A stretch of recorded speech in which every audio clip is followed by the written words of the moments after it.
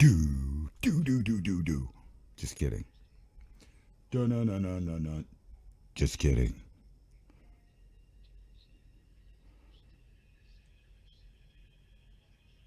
Well, that sounds weird. Loop through the other audio. I got this stuff going.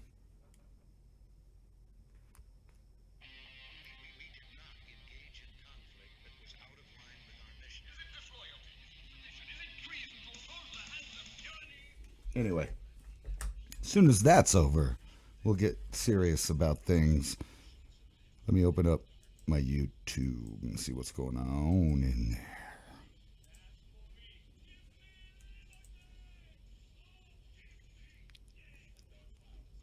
Give me liberty or give me death. You know, they never said, when thinking about that saying, who dies? You give me liberty or death. Death to you, death to me, death to everybody. Who knows? Could be either way, right? If you're fighting for your permission, your liberty, you might get death. However, those taking your liberty might be the ones they were talking about. You know what I'm saying? It's a party in here. It sure is. YOLO, mofos. Roger, A1. Unacceptable living in left field. And Val. And don't forget A1 steak sauce and James, dude. It is a party indeed. I forgot what I had lined up. We'll figure it out. We'll figure it out as we go.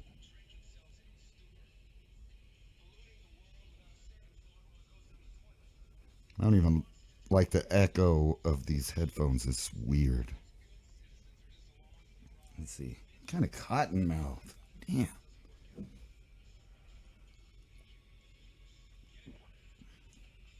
Uh-oh, look. That proves it. I must work for the Zionists. It's a conspiracy. See me? I'm drinking the Jew coffee. It's because it's delicious. No, I didn't get paid for that. Oh, yeah. We got a minute of that music going on. My intro, man. I forgot about that. Oh, you know what? I'm live on Rumble too. Let's see what's going on over there in the Rumble town. There's no one over there. There's 2 people watching. Congratulations. Thank for all 2 of you all coming out to see the show. I appreciate you guys, especially you people. What do I mean by you people? I mean the ones that are watching and listening. Oh, yeah. Does that make me a Zionist? I'm just kidding. I'm not. I'm not a Zionist.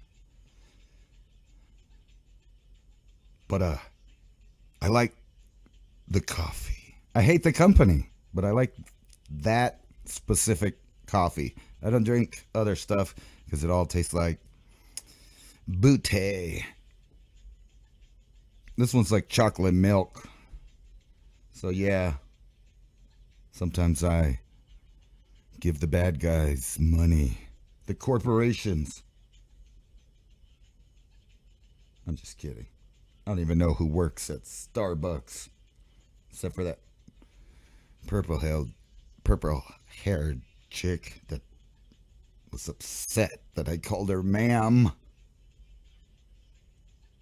She might have got mad at because I said chick.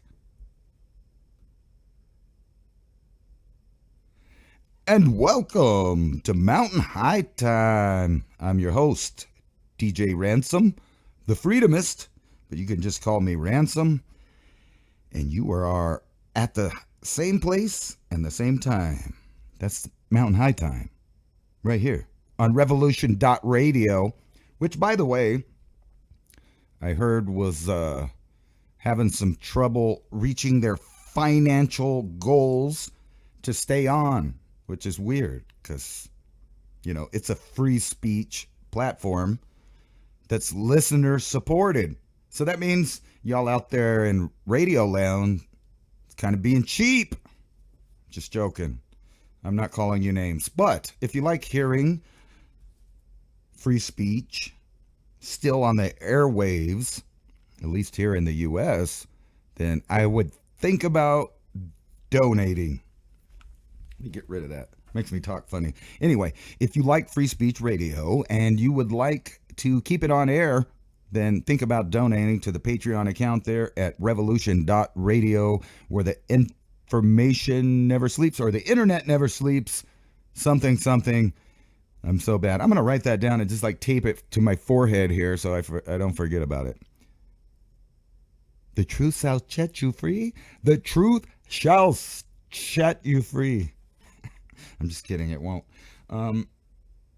Yeah. Okay. So we're live. But anyway, like I was saying, if you like this radio station and the people that are on it, the various different shows with different opinions, think about donating to Revolution.Radio. And also, if you'd like to keep me on the air, because this is my only job, there's a blue link down there. I think you guys know which one. And matter of fact, speaking of that, that's where we're going to start tonight. If I can get there. So let me see here. Yes. Thank you, Tim Yates, yesterday for dropping the bomb on us. Being a supporter. Bill Sibley, much appreciated. Let's see here. Who else do we got? Diane Mark, thank you very much. Anna Navarro, that's my girlfriend. That's weird. Oh, wait. That's because I was broken. She gave me $20. Let's see here. Susan Huff, thank you. Thank you for donating. Douglas Moore, Kusama Wardini, thank you very much from Southeast Asia. I appreciate the donation to keep me on air. Let's see. And Bill Sibley again. Thank you very much, sir. Stephanie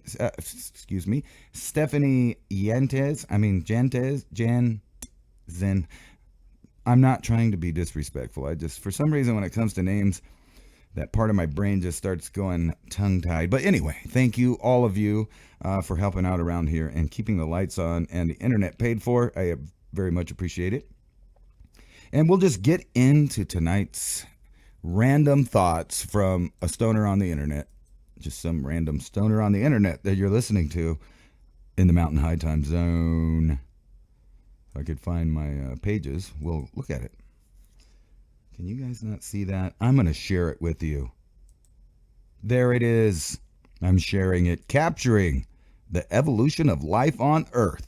Key moment revealed in ancient fossils, according to Science Tech Daily. Let me see my chat room there so I know what you get. Just in case you guys are trying to talk about me behind my eyeballs in the background there. I'm going to be paying attention, watching you. No, I'm just kidding. I'm actually not watching because, I'm doing this. So don't get butthurt because I didn't talk to you in the chat room. And I'm also listening to watching or reading, rather, if I could get any words straight, the Revolution.Radio chat, which you can go to on the Revolution.Radio tab and join in there and see what they're talking about or whatever. Or you can hang out with the cool people at Mountain High Time on YouTube in the chat room. That's where the real cool people are at. They said it's a party in there. I'm quoting them, not me. So YOLO mofo. Anyway, let's get into the news here. Capturing the evolution of life on Earth.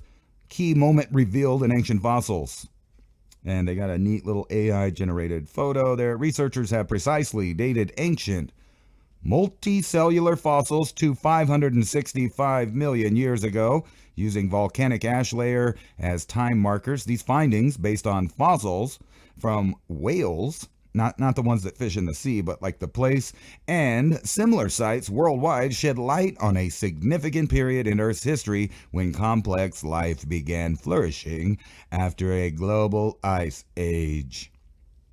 Should I put on the NPR voice? I think I should. Here we go.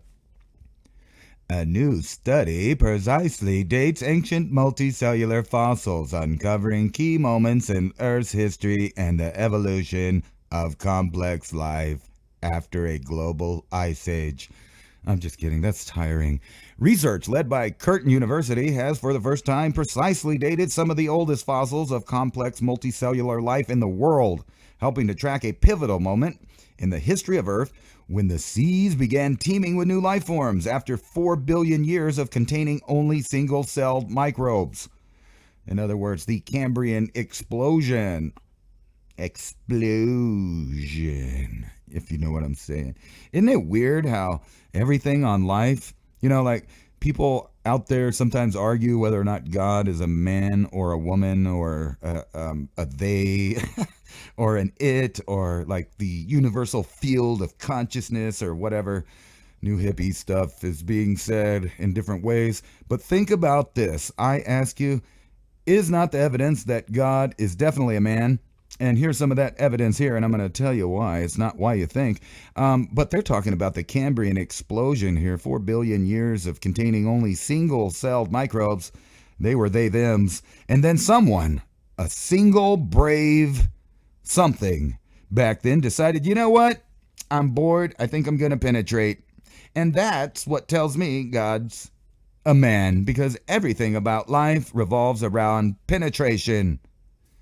Every aspect of life, I guarantee you I could turn it into a scenario where penetration is involved.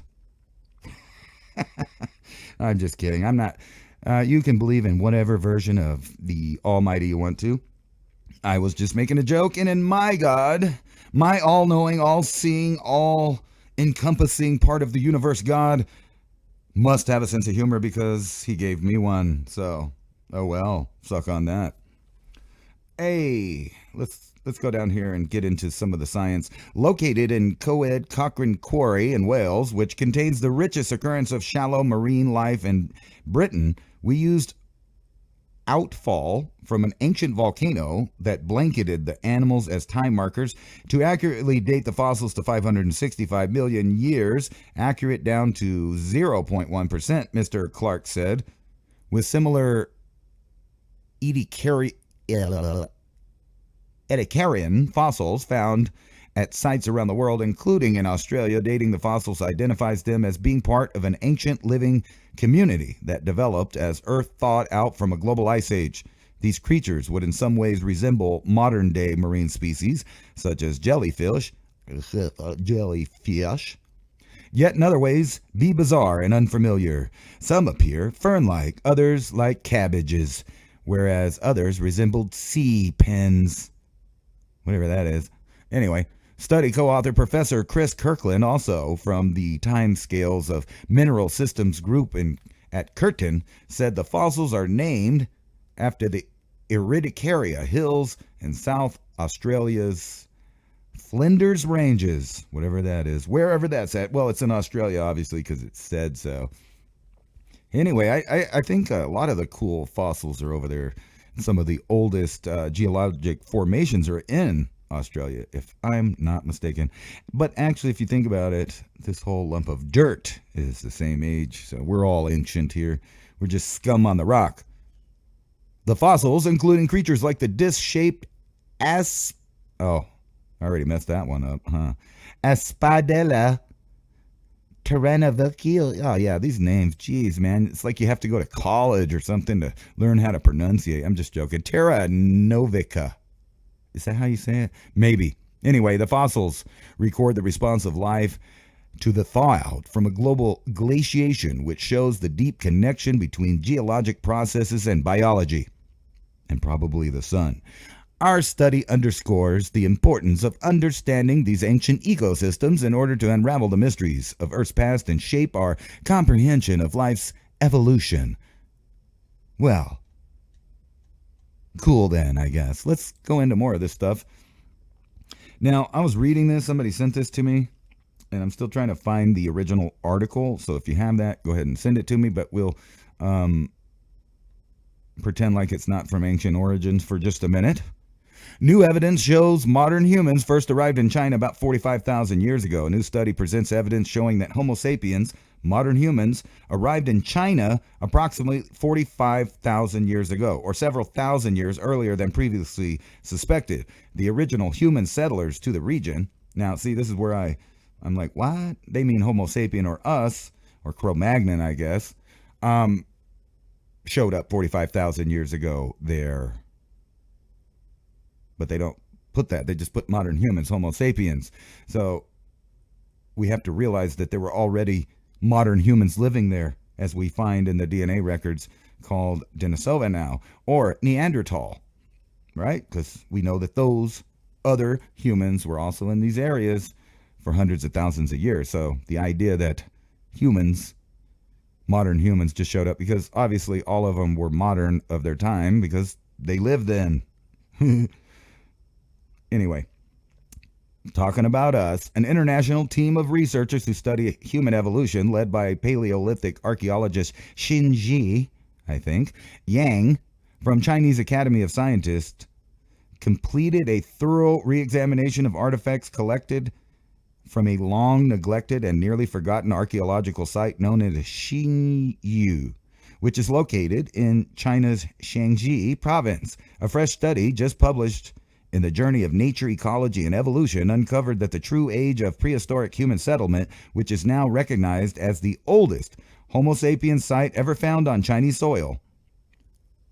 Our new study identifies the initial Upper Paleolithic archaeological assemblage of Xiyu site in North China, dating to 45,000 years ago. That included blade technology, tanged and hafted, I don't even know, projectile points, long distance obsidian transfer, and the use of perforated graphite discs. Cool, man. There's only one weird thing about this, so you got to think about this. The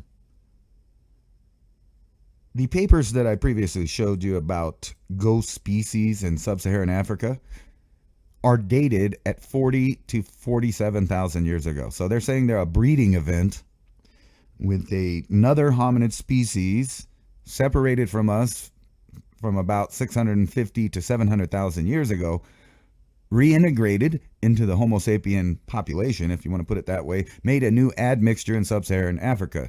And that's why sub-Saharan Africans have genes that no one else has in the entire planet. Not in Asia, not in Europe, not in the Americas, nowhere. But they're not the only ones. It's just that there's such a blurry line between being able to talk about different species and the admixtures after that they kind of circle around things by saying stuff. But anyway, think about that. This would be another time, obviously, around this time, somewhere between 40 and 50,000 years ago.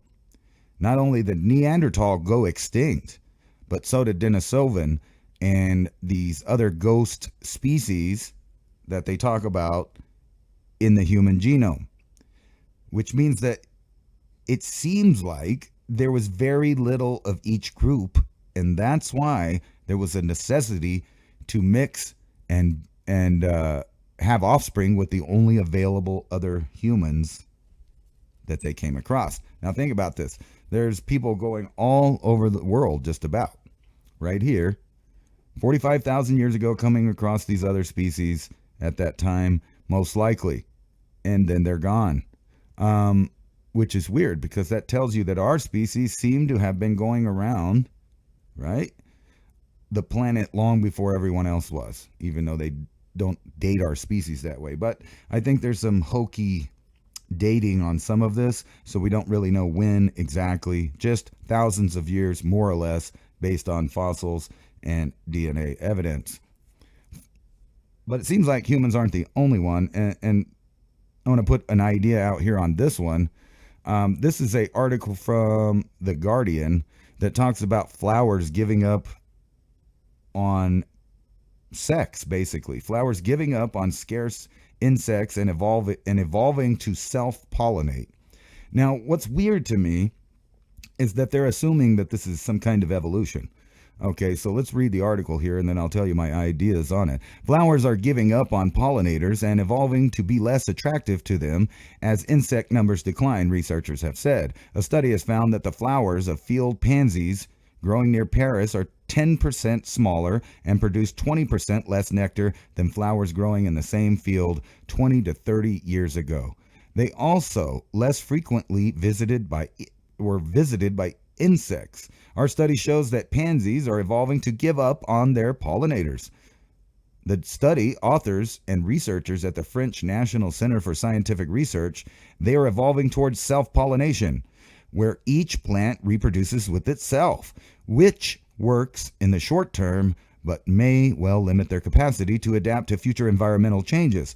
Plants produce nectar for insects, and return insects transport pollen between plants. This mutually beneficial relationship has formed over millions of years of coevolution. Now, let's stop right there. They assume that it took millions of years of evolution to do this, while in the same article, they're telling you that the same plants are evolving within decades. Okay, so in one hand, they're telling you it takes millions of years for this interconnected network of insects and plants, and that the plants slowly evolved along with the bugs to do a specific thing. But at the same time, they're also telling you that these flowers are evolving within an amount of decades because of the scarcity of bugs. And some of the reasons that they're giving in here is pesticides, destruction of habitat, etc. And, I haven't read the whole thing, but probably even some global warming or something in there. Let's see. Insect declines have been reported by studies across Europe. One study on German nature reserves found that from 1989 to 2016, the overall weight of insects caught in traps fell by 75%. So right here, they're just talking about how it was when they looked at it, whenever they observed it. Now, I'm thinking, what if things on the earth periodically kill everything? So even the insects, even things that have been around for millions and millions of years, basically get wiped out in just tiny, tiny amounts of numbers.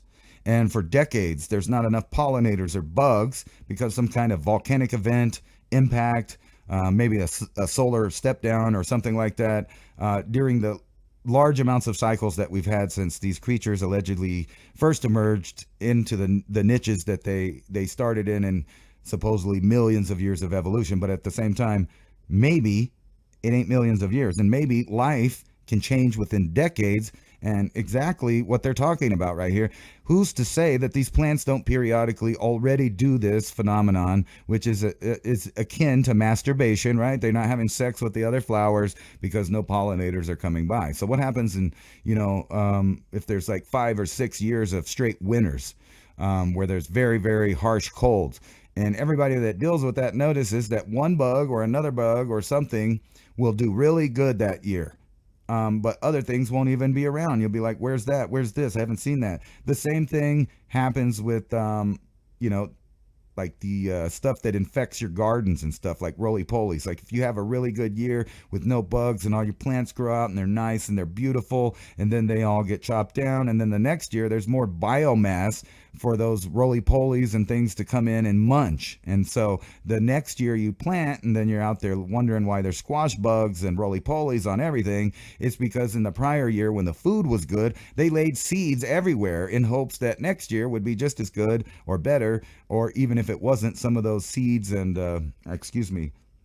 not seeds, but eggs can last through another winter and then pop up, and then all of a sudden when conditions are right, boom, all that stuff's back. So I kind of disagree with this article. I'm not saying I'm a geneticist or anything, but my theory is that some of these plants and animals going through time can change within decades and adapt immediately to their new circumstances. Life finds a way, as they say.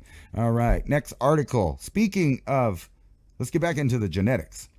So as I was saying, geneticists are saying that there is a ghost species in sub-Saharan Africa, and I talk about that's not the only one. So there's other populations of people on Earth where they say that they have a ghost species. In other words, there's genetic material introduced into the Homo sapien line from an archaic human, or hominid, excuse me. Either one. I think either one works. But here, Earth's last cannibal tribe, one of the last hunter-gatherer Stone Age people, and kind of the stuff that they do there. Last cannibal tribe butcher people possessed by demons, and then they eat them. Hunter-gatherers from Papau, I don't know how you say that actually, in Indonesia, who first encountered Western civilization and less than 50 years ago. And they still live in a Stone Age lifestyle marked by ritual cannibalism. Unnatural deaths, such as accidents or murders, are a matter for the police and coroners in our society, but in the ancient laws of the Korawi people of Papua, Indonesia, unnatural deaths are investigated by a tribal shaman or a witch doctor. After a shaman has investigated the incident, he will often order an act of ritual cannibalism to fix the problem. And let me see if I can say this right here. Korawai believe that shadowy evil spirits called Kakaui I don't know how to say it, live alongside us, sometimes taking possession of human bodies in order to carry out demonic acts. When the tribe member dies unnaturally, is often attributed to the actions of Kakua, maybe, explains the cultures and peoples of the world's pocket. Anyway, so my point being that these are ideas and technology straight out of the Stone Age, a long, long time ago. Right? For every other group of human on Earth. But they somehow living in a bubble off the coast of Indonesia, and they're not the only ones. Here's the Adamans tribe, right? And this article is an older article from 2018 where an American was killed in India by an enraged Adamans. So an American man has been killed, they say, by an endangered tribe in India's Andaman and Nicobar Islands. Now, if you don't know who these guys are, they are a Stone Age tribe that lives off the coast of India. And somehow, they've just been sitting there for thousands of years with no one noticing them. They don't have boats. They don't have anything past spears and bows and arrows. They're living in a Stone Age culture. But whenever we got genetic material from these tribes there, we found out that even though the Spanish that found them nicknamed them basically blacks or small black person, they called them negritas, they are not at all related to sub-Saharan Africans. And a lot of people would be assuming that because they look black, that they would be related to sub-Saharan Africans. But when they DNA tested them, they found out they're mostly more closely related to the people of India, right over the water from them, which kind of makes sense. And it shows you where some of the darker skin phenotype in India came from.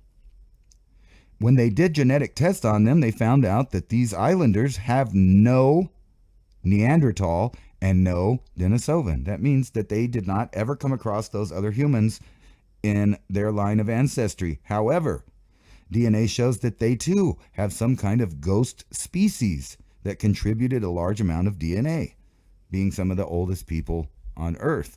Somehow, weirdly, with all of the, the Aryan Indus Valley and all of the empires that followed that were around India, no one came across these guys just sitting out there living their lives, doing their thing. Genetic study of the Andaman Islanders uncovers new human ancestor. Some Asians possess genes that aren't Homo sapien, Neanderthal, or Denisovan, but another human species altogether, India study finds. Prehistoric species of men apparently weren't too finicky with their mating habits. A study done by an Indian to detect the migration of hominids in Asia throughout genetics was small but had startling results. The discovery of a new human ancestor, at least for some Southeast Asians. This mysterious hominid coexisted with Neanderthals and Denisovans, but was different species. No remains of it have been found yet, just like in sub-Saharan Africa. Just distant echoes of genes in the Andaman Islanders existing today. The traces of mysterious humanoids' DNA were found in 10 islanders belonging to the Jarawa, not Chihuahua, Jarawa, and the Onge tribes, who inhabit the Andaman Islands, deep in the Bay of Bengal. The sequences were compared with genetic sequences of 60 people from mainland India populations with different ethnic histories and with publicly available data from other populations, the scientists explain. The study results are definitive evidence that the human ancestor Homo heidelbergensis gave rise to more lineages than just Neanderthal or Denisovan. The study also supports the theory that all Asian and Pacific peoples existing today share a single origin, say its authors, led by Mayuk Mandal. They all stem from a single wave of prehistoric expansion out of Africa, they claim. See, this is where things start not making sense again, contradicting an earlier theory of two independent waves of migrations. So now they're kind of going back on their different waves of people. Anyway, the research produces a new branch of the tree for human evolution, starting with the unknown ancestor some 600,000 years ago. Homo sapiens and Neanderthals split off from that ancestor, and Denisovans later split off from Neanderthal branch. Now, this is exactly the same kind of terminology that they use for sub-Saharan Africans. An unknown ancestor, a ghost species with years like 600,000 splitting off from the human population, or the Neanderthal tree, or the Denisovan branch of human ancestry.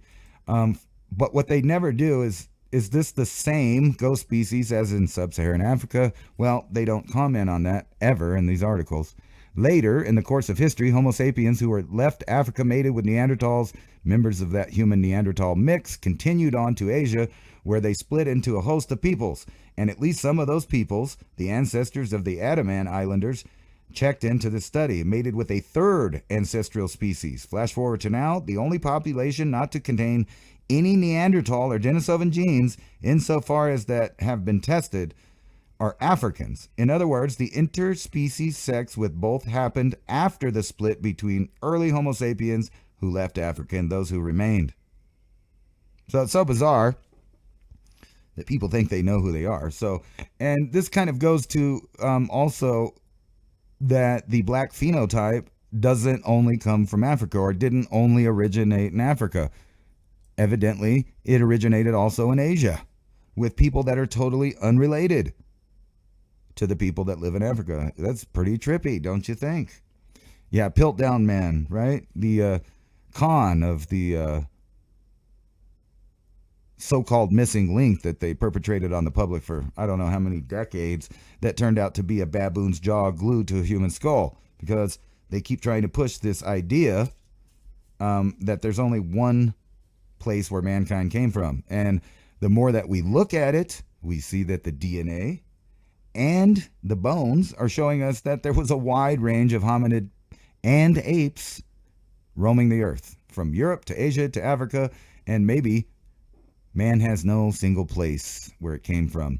Immune properties in ancient DNA found in isolated villages might benefit humanity today.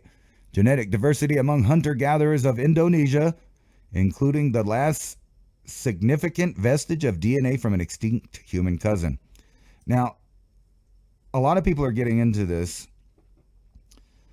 because now it's possible to determine what kind of diseases and illnesses that you may have based on how much or how less of archaic DNA you have. In other words, that just like when the New World met the Old World there, a lot of diseases had not went around to the native populations, and we transferred those diseases to them. But populations like Africa and Asia and Europe had already gone through these diseases.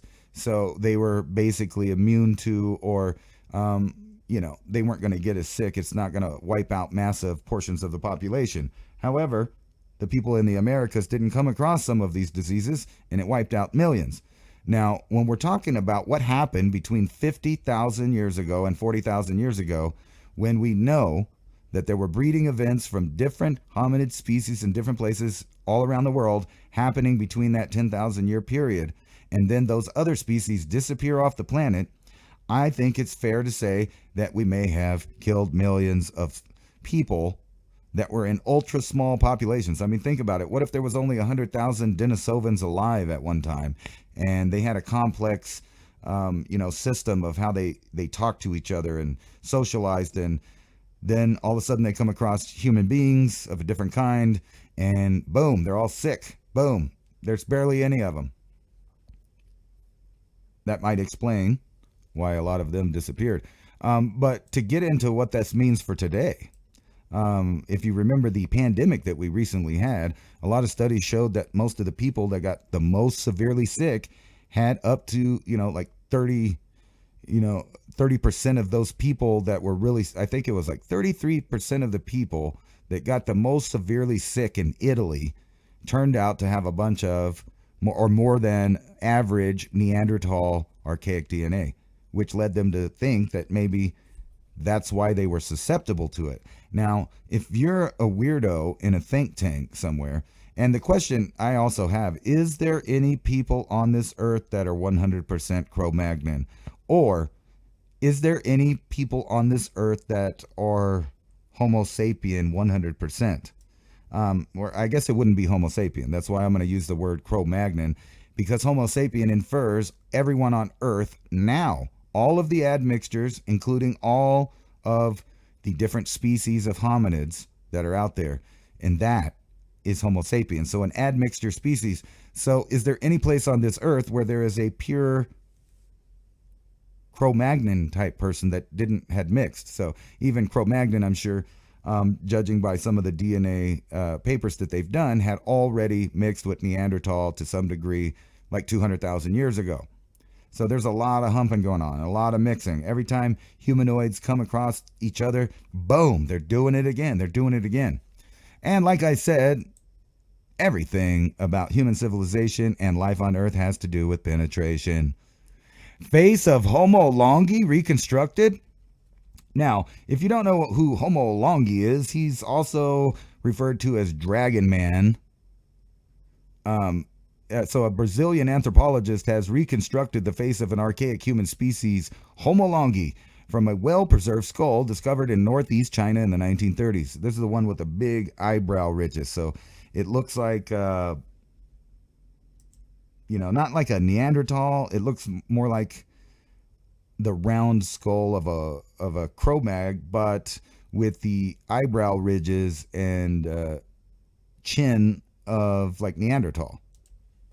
So it was a different looking human being that was living at that time. But anyway, Homo longi is an extinct species of the genus Homo that lived in Asia during the Middle Pleistocene. Nicknamed Dragon Man, the species was identified from a nearly complete skull dated to 148,000 years ago.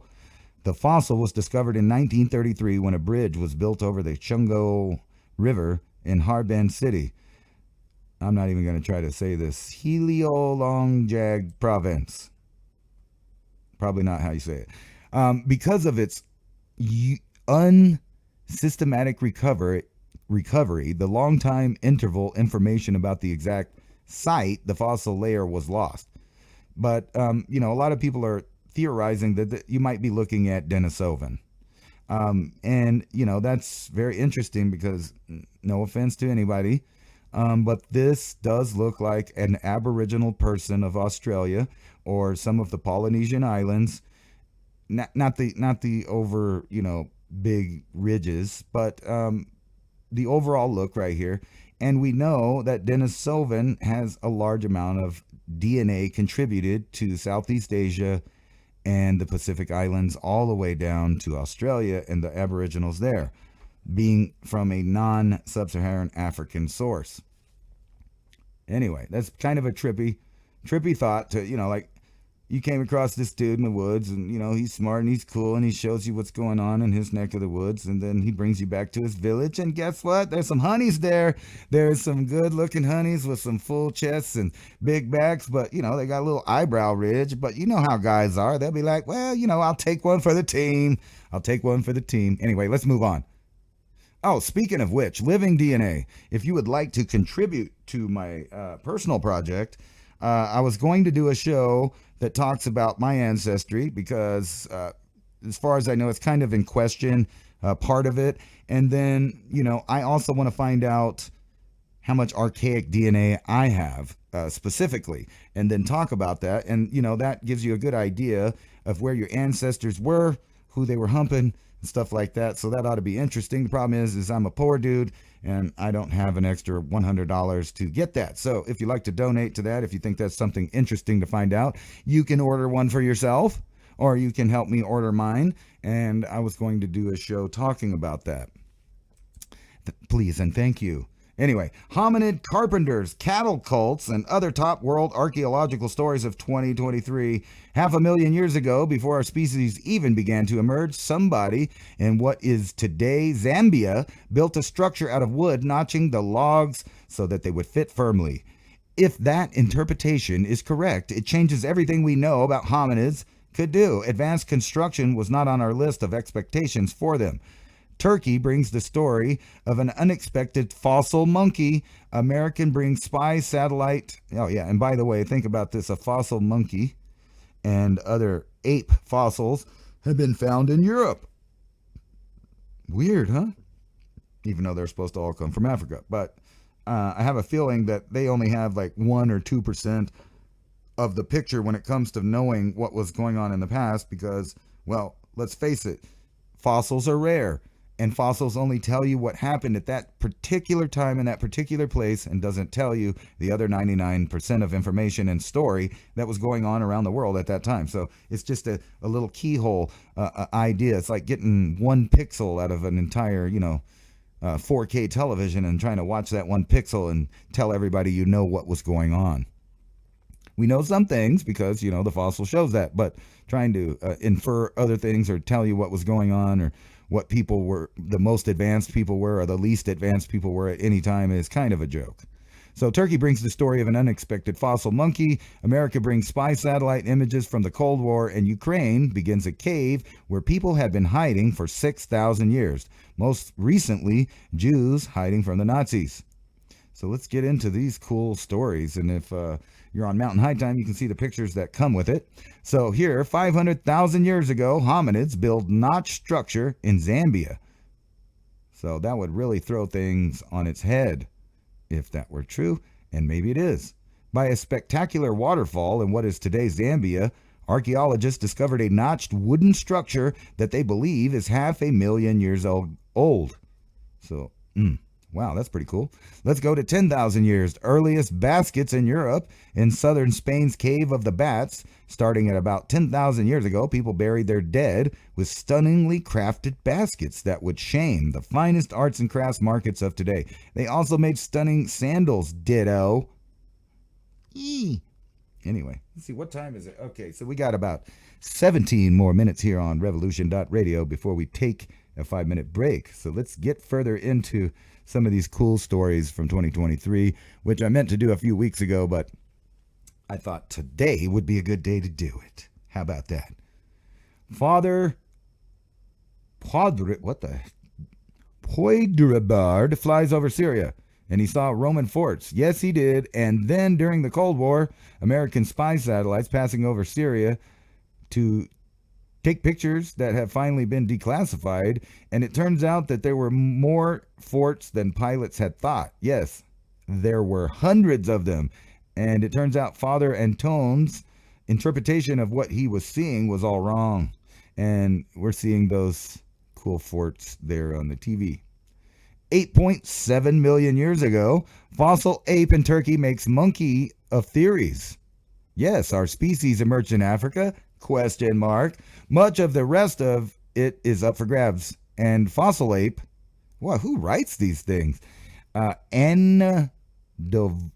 Antediluvius Turkey has trashed existing theory by existing 8.7 million years ago in Turkey, which cast darkness on where hominid line emerged. That referring to everything ape, including us, if you didn't know that.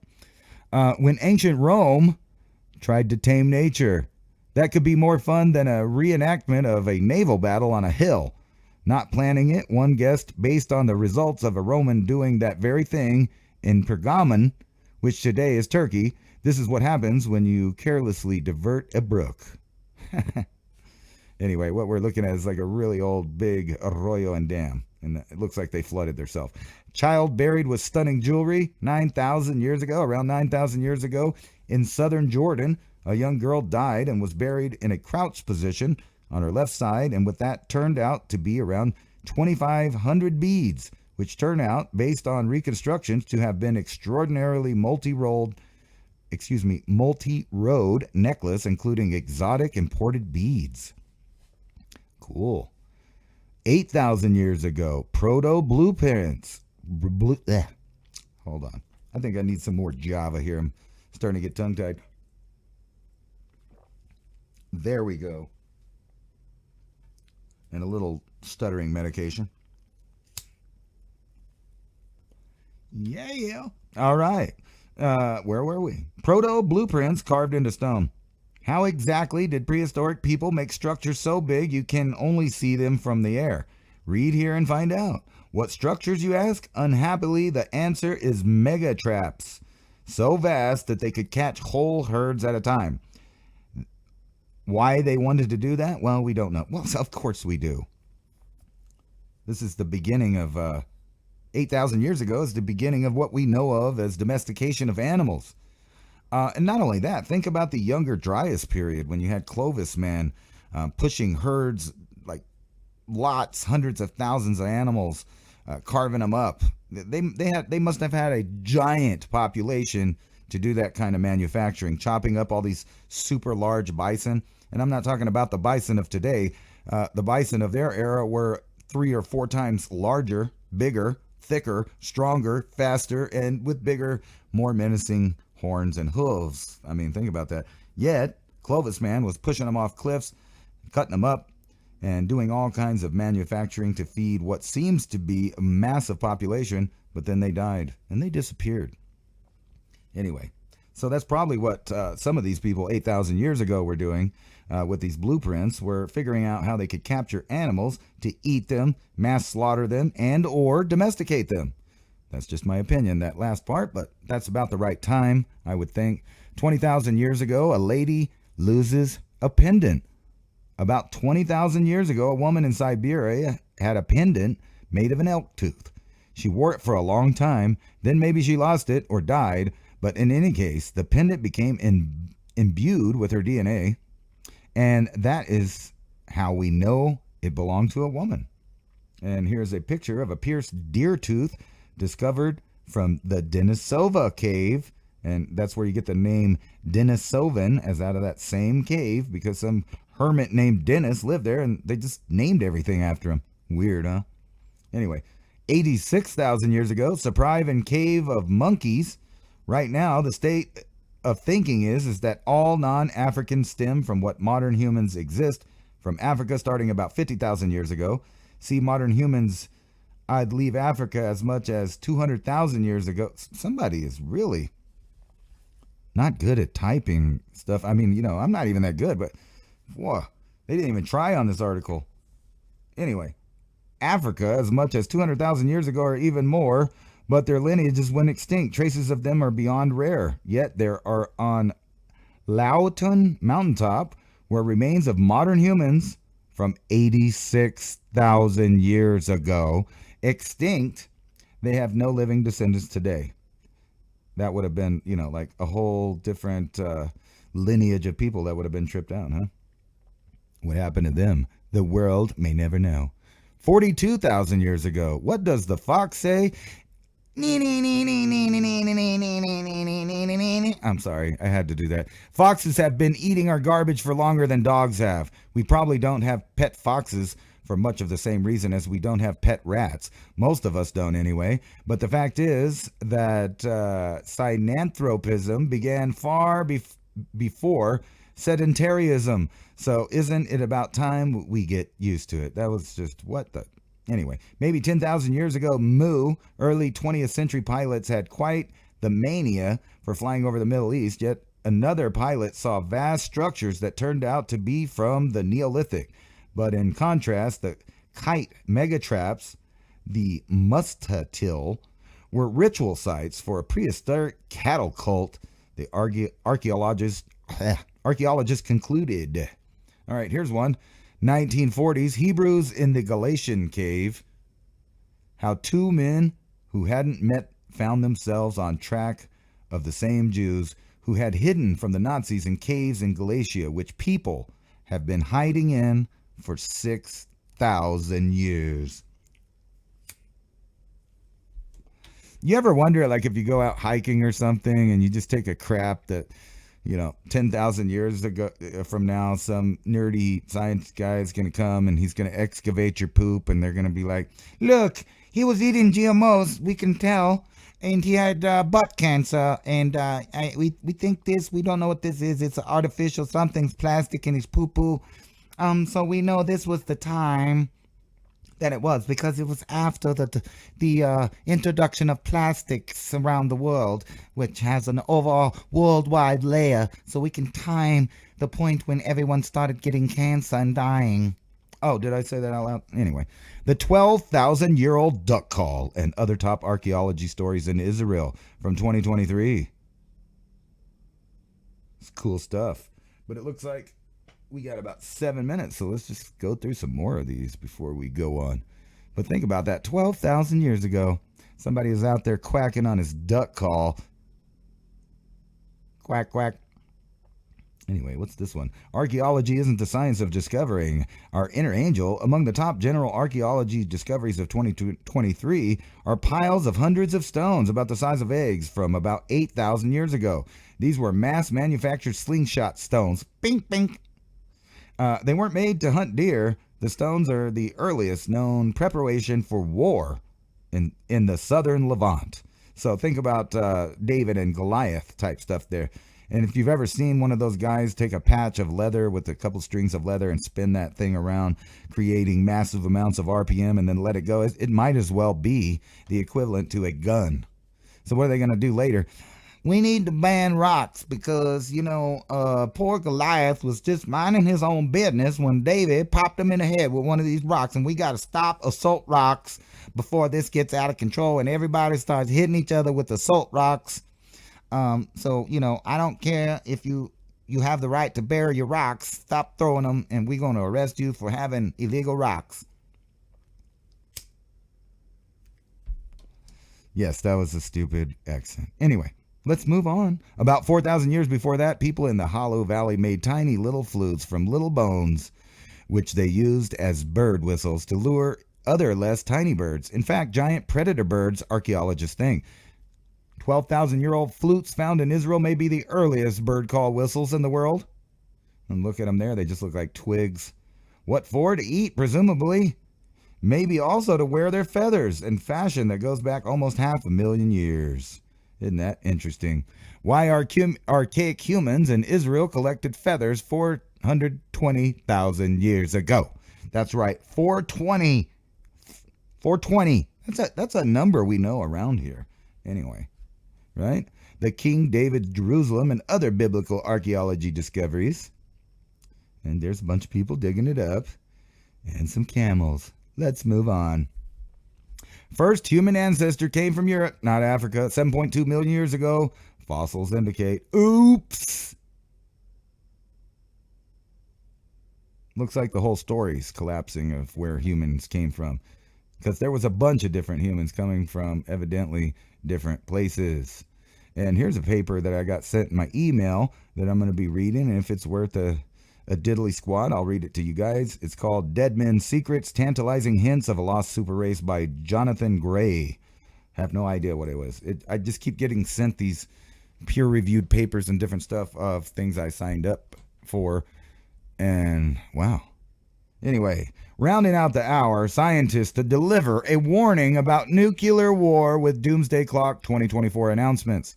And like I was saying before, is there going to be a bunch of nerds from some other kind of Homo sapiens species in like 1,000 years digging us up saying, yeah, this is when they died from nuclear war because, they ate all that GMO and they had to take out all the DNA because it had been destroyed over years with massive amounts of epigenetics damage, mRNA, etc., etc. Yeah, I said that for you. That's right. There's a guy out there who knows what I'm talking about when I say etc., etc.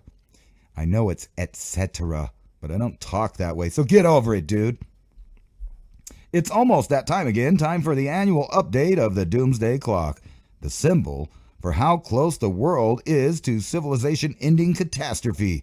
First set in 1947, the doomsday clock warns humanity about how close or how far we are to destroying our world with our own dangerous technologies, like those little rocks on the leather straps. Remember when you think they were back then, man?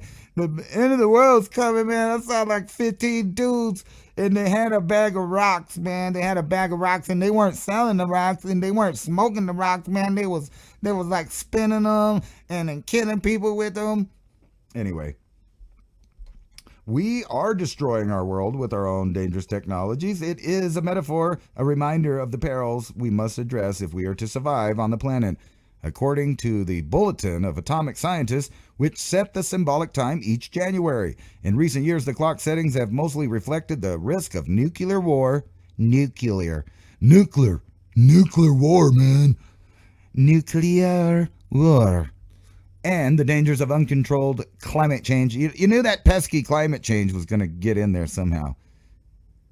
Right? That pesky climate change. By the way, how you guys doing out there across the world with that super warm climate change, global warming that's been freezing everybody's buttocks recently, at least in the U.S., as our little polar vortex came down and, gave us all that global warming goodness. This year, the clock will be updated Tuesday, January 23rd at 10 a.m. Eastern Standard Time in Washington, D.C. The last announcement in January 2023 came before the beginning of the Israel-Hamas war, but amid nuclear tension surrounding Russia and their involvement in Ukraine. I think they wouldn't mind blowing up a few cities. I mean, it'd get them out of trouble. They'd have a whole new era of, rebuilding stuff. They could yell, "Never forget," till we all barf again. Here's a funny one. I thought, for you guys out there that believe in weather modification, Trump ally Laura Loomer brutally mocked online for claiming that Nikki Haley is using weather to steal the Iowa caucus. And if you don't know, Trump won the Iowa caucus, so there you go for that. If anybody was thinking Nikki, I don't like Trump because of Warp Speed. I think it's all made for TV at this point. I'm sorry, I really think it's all central casting. Maybe there is some degree of independence in these people, but they're tied down so much with promises and links to organizations that I don't think that anybody at that level could ever reach or attain power in the United States without having 10,000 strings reached and, being pulled on from their butt. But anyway, never Nikki. Let's pretend that the voting is real. And I'm going to go with, Rand Paul, who says never Nikki. I don't think we need another neocon in office, and I'm not down with her. Now, Trump, hey, if you guys want Daddy Warbucks to sell you some more of those medicine jabs instead of dabs, you go right ahead. But what is the alternative in your belief system? If you believe that these things are real, you got what? That sniffing pedophile looking dude that goes around sniffing all the children. Who you got? You got that communist guy from California, Newsom. You got old Funky Feet from Florida. You got what's his name? DeSantis. Who else you got? Nikki Haley. Give me a break. Get out of here. Get out of here with that. Get out of here with the neocons. Basically, Nikki Haley's like Hillary Clinton for the Republicans. Let's go to war. Let's go to war. Let's go to war. Let's go to war. Don't you guys that are out there in the Democrat and Republican parties ever get sick of your leaders doing the exact same thing as the other party, but sitting around bitching and whining about how the other people do it? Anyway, that's the end of the break. We'll see you back in a second. Oh, not end of the break. That's the end of the segment. There we go. Now we're muted on the radio, and we'll be back here in about 5 minutes for your viewing pleasure. Let's see here. Here we are. Today, the demand for gold continues to flourish globally. History proves that fiat paper money is designed to go to zero through inflation, whereas gold has intrinsic value in which it maintains forever. Paper money is a debt instrument. Gold is an asset of wealth in its own right. It does not depend upon any governments, corporations, or individuals' promise to repay. ITM Trading has spent the last 27 plus years developing a team of expert researchers and analysts to make this possible. Simply put, we build strategies which are historically proven to protect your wealth and assets through any economic downturn or currency collapse. Schedule your free gold and silver strategy call 866-834-1422. That's 866-834-1422. Or go to learn.itmtrading.com/MIAC and keep watching Mountain High Time and Mini Ice Age Conversations if you know what's good for you. Imagine, if you will, a glimpse into the possible outcome of a million mistakes. What you are about to watch is a nightmare. It is not meant to be prophetic. It need not happen. It's the fervent and urgent prayer of all men of goodwill that it never shall happen. But in this place, in this moment, it does happen. In the midst of it comes unexpectedly over the phone the announcement of the President of the United States, the warning from the very top declaring a state of emergency of suspected enemy missiles approaching. It's anyone's guess where they might land. What city will be obliterated? How many could be lost? And last but not least, will it be me? Will it be my family, friends, my square inch on the map? Minutes go by and nothing. Right as you exhale a breath of relief, an instant wave of horror treks down your spine and a sinking feeling in the pits of your stomach. Just then the power goes out. The only light you see is the glow of your phone. Shining in your face, the icons of terror. Low battery, and even more frightening, the symbol for connection to information and loved ones gone. You try the landline in your office, desperate to contact family. Nothing at all, just a bone-chilling empty silence. Panic-stricken, you blindly forage for your car keys. Success. Something in this nightmare of a day has gone right. Now it's a desperate mad dash for your car. Your mind now in a near intellectual paralysis. Logic a struggle as you cope with a Gatling gun barrage of horrific ideas of what your family might be going through in this very moment. Miraculously, your car starts and you begin your seemingly apocalyptic drive to locate your kin. As you pass the first stop sign, the sight of civic decay is already bearing its nasty head as you speed past fights in the streets, looting, and a complete halt of any semblance of an evolved civilization. To your right, a large fire. As angry, fear-filled citizens with their arms full of grocery items run from what used to be your local food market ran by a mom and pop's couple now collapses into a bonfire of dreams. Because of the commotion, your attention span has been stolen. Now before your automobile is a violent crowd. They have now surrounded your car, banging on the metal, bashing at the glass, screaming incoherently. What just a second ago was the road to salvation, now a deadly trap of circumstance and fear blocking your escape. This can't be happening, repeatedly echoing in your head as you start to mumble the phrase in a shrieking, inaudible, childlike tone to yourself. The trepidation now filling your lungs like a poison fog, suffocating and smothering in its certainty. Just then, as your heart and soul seem to be having synergistic perturbations, an alarm blares, overwhelming your senses. Immediately you recall the warning of missiles. You close your eyes and expect the end. But the alarm morphs into a sweet, familiar beckoning of your alarm clock. You open your eyes and switch off the welcoming timepiece. A warm filling of relief as you realize your family is safe in their beds, and no pending doom is written in the stars today. For a split second, you ponder the poor people of your vision, and it reinforces your confidence that you have already prepared for any scenario. You have peace of mind your children will eat and thrive, because you invested in their future to give some stability if any break in the normality of life happens. You invested in heaven's harvest. The you in this story was a fictional you. But do you get the feeling something unthinkable is going to happen soon? I sure do. The problem is we probably won't see it coming. One morning you'll wake up and the world will be a much different place. Don't panic, prepare. Smart folks are investing in emergency food now. A wise man once said, "It's better to have it and not need it than need it and not have it." Heaven's Harvest is the nation's leader in emergency food storage. It's the only investment you get 100% of your money for, even better than gold. Survival experts recommend the 3-month emergency food kit. Go to heavensharvest.com, use the code ADAPT at checkout and save a mind-blowing 15%.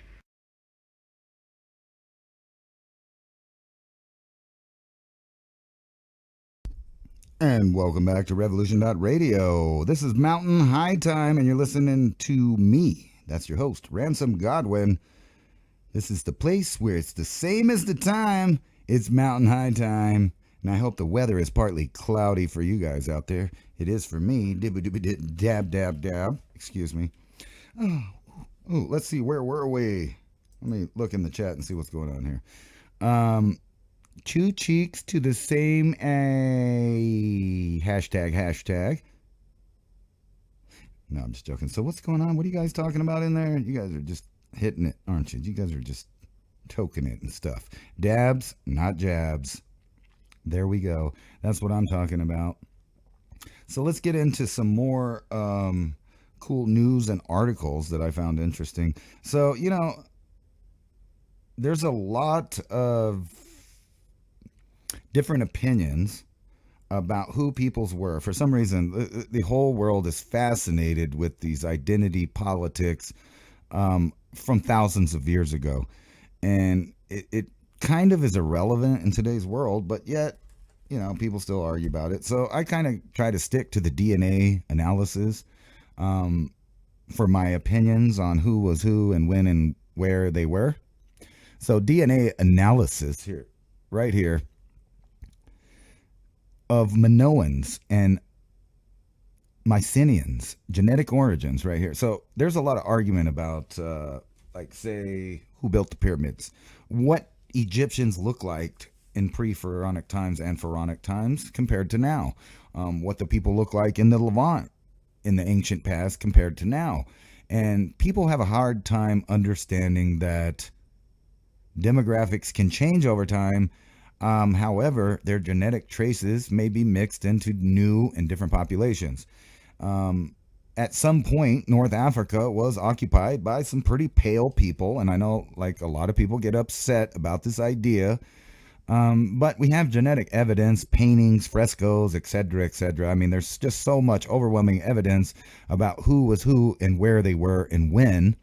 That we know certain groups kind of diffuse civilization out to the rest of the world, and upon meeting them, they were Stone Age populations still.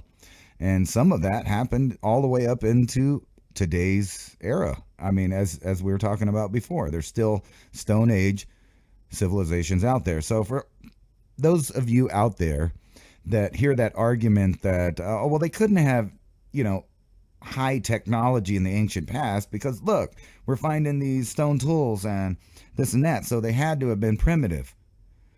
The problem with that is today's world has Stone Age civilizations living side by side with technologically advanced civilizations all over the world, from the Amazon to Africa. So for the first time, scientists have recently obtained genetic material and analyzed genome sequences from the ancient Minoans and Mycenaeans. If I say that, I always mess up that. But anyway, let's just go with the Minoans, who lived there 5,000 years ago. The new analysis suggests that the Minoans share a great deal of their genetic heritage with the Mycenaeans. I don't know how to say that. Here, let's find out. I'm going to just copy that. Let's see how the robot says it here. So you guys might get an echo. Doo-dee-doo-doo. If it'll load. No, I want to hear it out loud, man. I know you guys, there we go. You guys probably are super educated and already know how to say it, but, I like to find out. Here we go. Play it. What's going on? It's not playing. Here we go.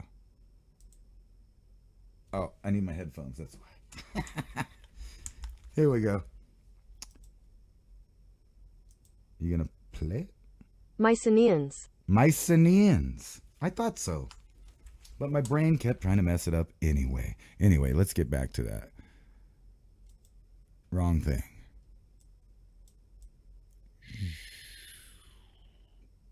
Yeah, I got so many tabs open, I get lost there. There we go. The wrong one. Wrong one again. Here we go. So the Mycenaeans, the Minoans and the Mycenaeans, now we're back on air, now that we're educated and I'm sure about how to pronunciate it. Look, now it's making me mess up the other one. The Minoans and the Mycenaeans share a great deal of their genetic heritage. Dr. Islif Lazardis from the Harvard Medical School in Massachusetts and colleges focused on burials from the Minoan civilization, which flourished on the island of Crete. They got killed by like a big tsunami, earthquake, volcano thing. Anyway, from 2,600 years ago to 1,100 BC, the Mycenaean culture, which existed across Greece from 1600 to 1100 BC. Dr. Laza explained that the most of the people who created these civilizations appear to be locals, deriving between 62% and 86% of their ancestry from people who introduced agriculture to Europe from Anatolia, modern Turkey, in Neolithic times beginning about 7,000 years ago. Genetic differences and similarities between the Minoans and the Mycenaeans, but the Bronze Age Mycenaeans and the Minoan skeletons reveal ancestry from populations originating in either the Caucasus Mountains, that's right, Caucasians, or Iran. Between 9% and 17% of their genetic makeup come from this source. In addition, these team papers of the Journal of Nature reports that the Mycenaeans, but not the Minoans, show evidence of genetic input from people who lived further north on a flat grassland that stretches from Eastern Europe to Central Asia. I don't know. That might be those same, people that came out of the steppe and introduced their culture into India as well, that brought the horses and, the wheels and all that stuff, buggies and language. Anyway, between 4% and 16% of their ancestry came from this northern source, while Mycenaeans are known to have spoken an early form of Greek. The earliest recorded language spoken by the Minoan people on Crete, known as Linear A, can be read but not translated, implying that it belongs to a distinct but unknown group of languages, not coming from the same source that almost every other language comes from. Modern Greeks, descendants of Mycenaeans, after genetic analysis, the Mycenaeans have also been linked to modern-day Greek people. New emerging DNA evidence that suggests that living Greeks are indeed descendants of the ancient Mycenaeans who ruled mainland Greece and the Aegean Sea from 1600 BC to 1200 BC. The evidence comes from the study in which scientists analyzed the genes from the teeth of 19 people across various archaeological sites with mainland Greece and Mycenae.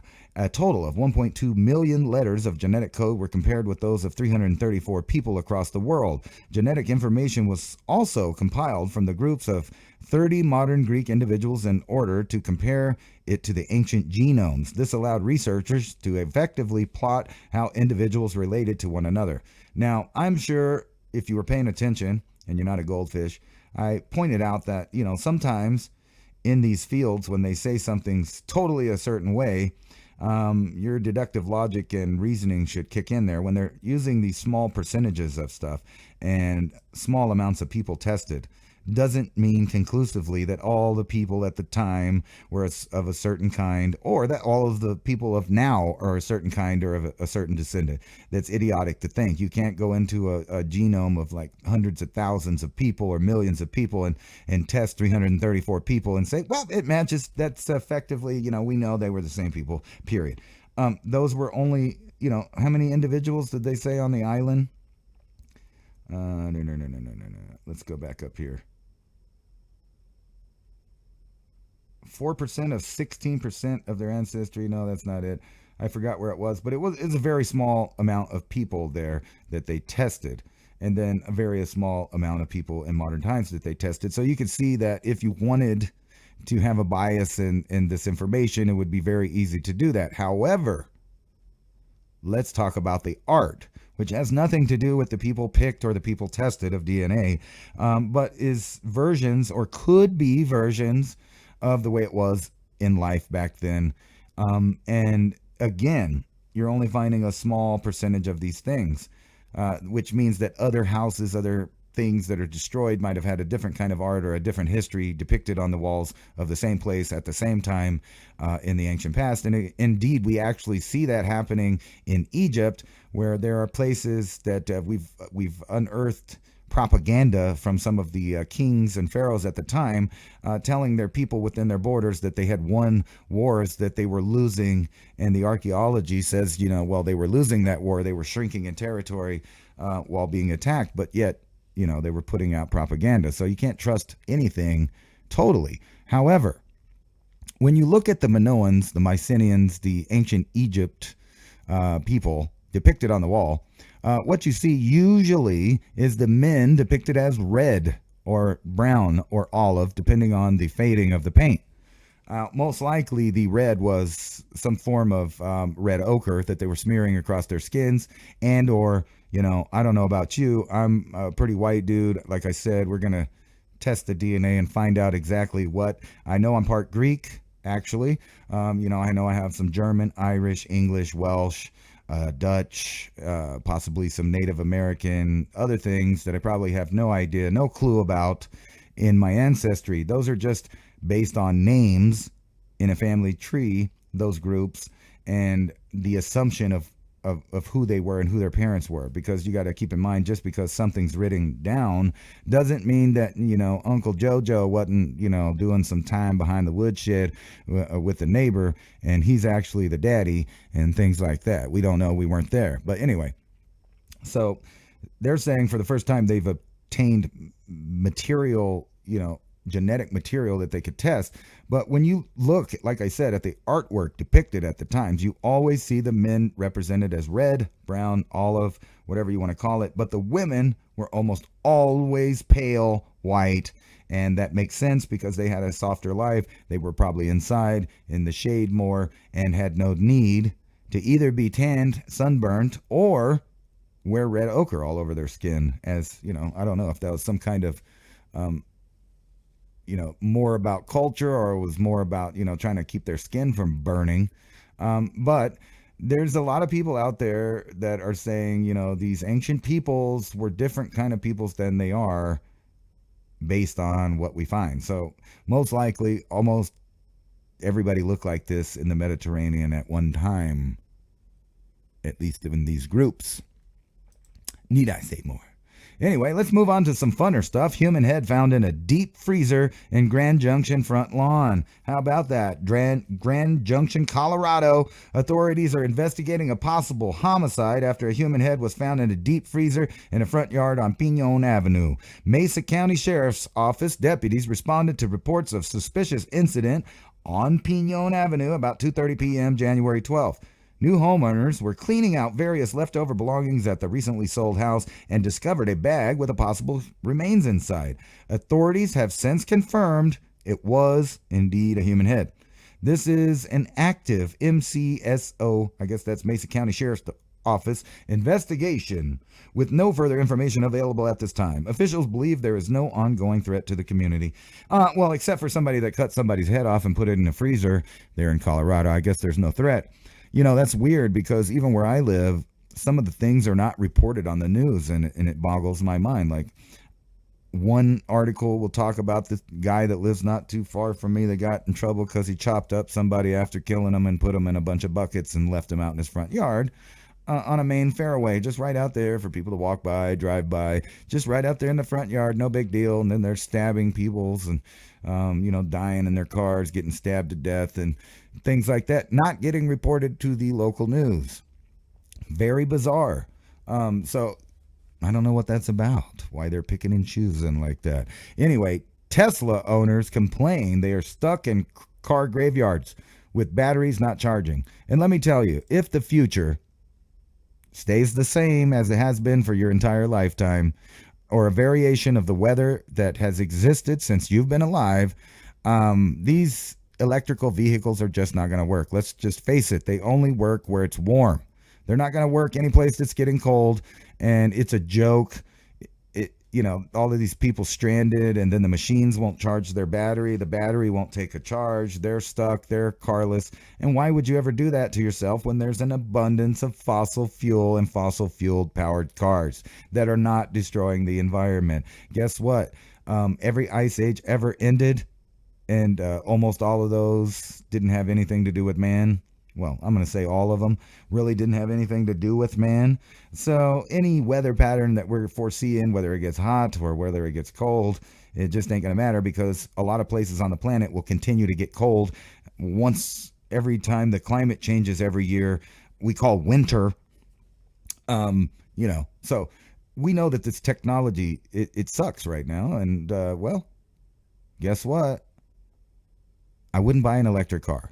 So I wouldn't put your money in these companies that are saying the future of, driving is an electric car. Yeah, they want to force us to drive it, and think about what that means. If they talked everybody in or made it law or mandated it where everybody had to have an electric car or take the transit system that was electric, and guess what? You better get used to being in your 15-minute city, because all of that stuff's going to fail every winter. Every time there's a blackout or this or that's happening, you're going to see all of these technologies completely shut off. And I put to you that that's exactly the plan.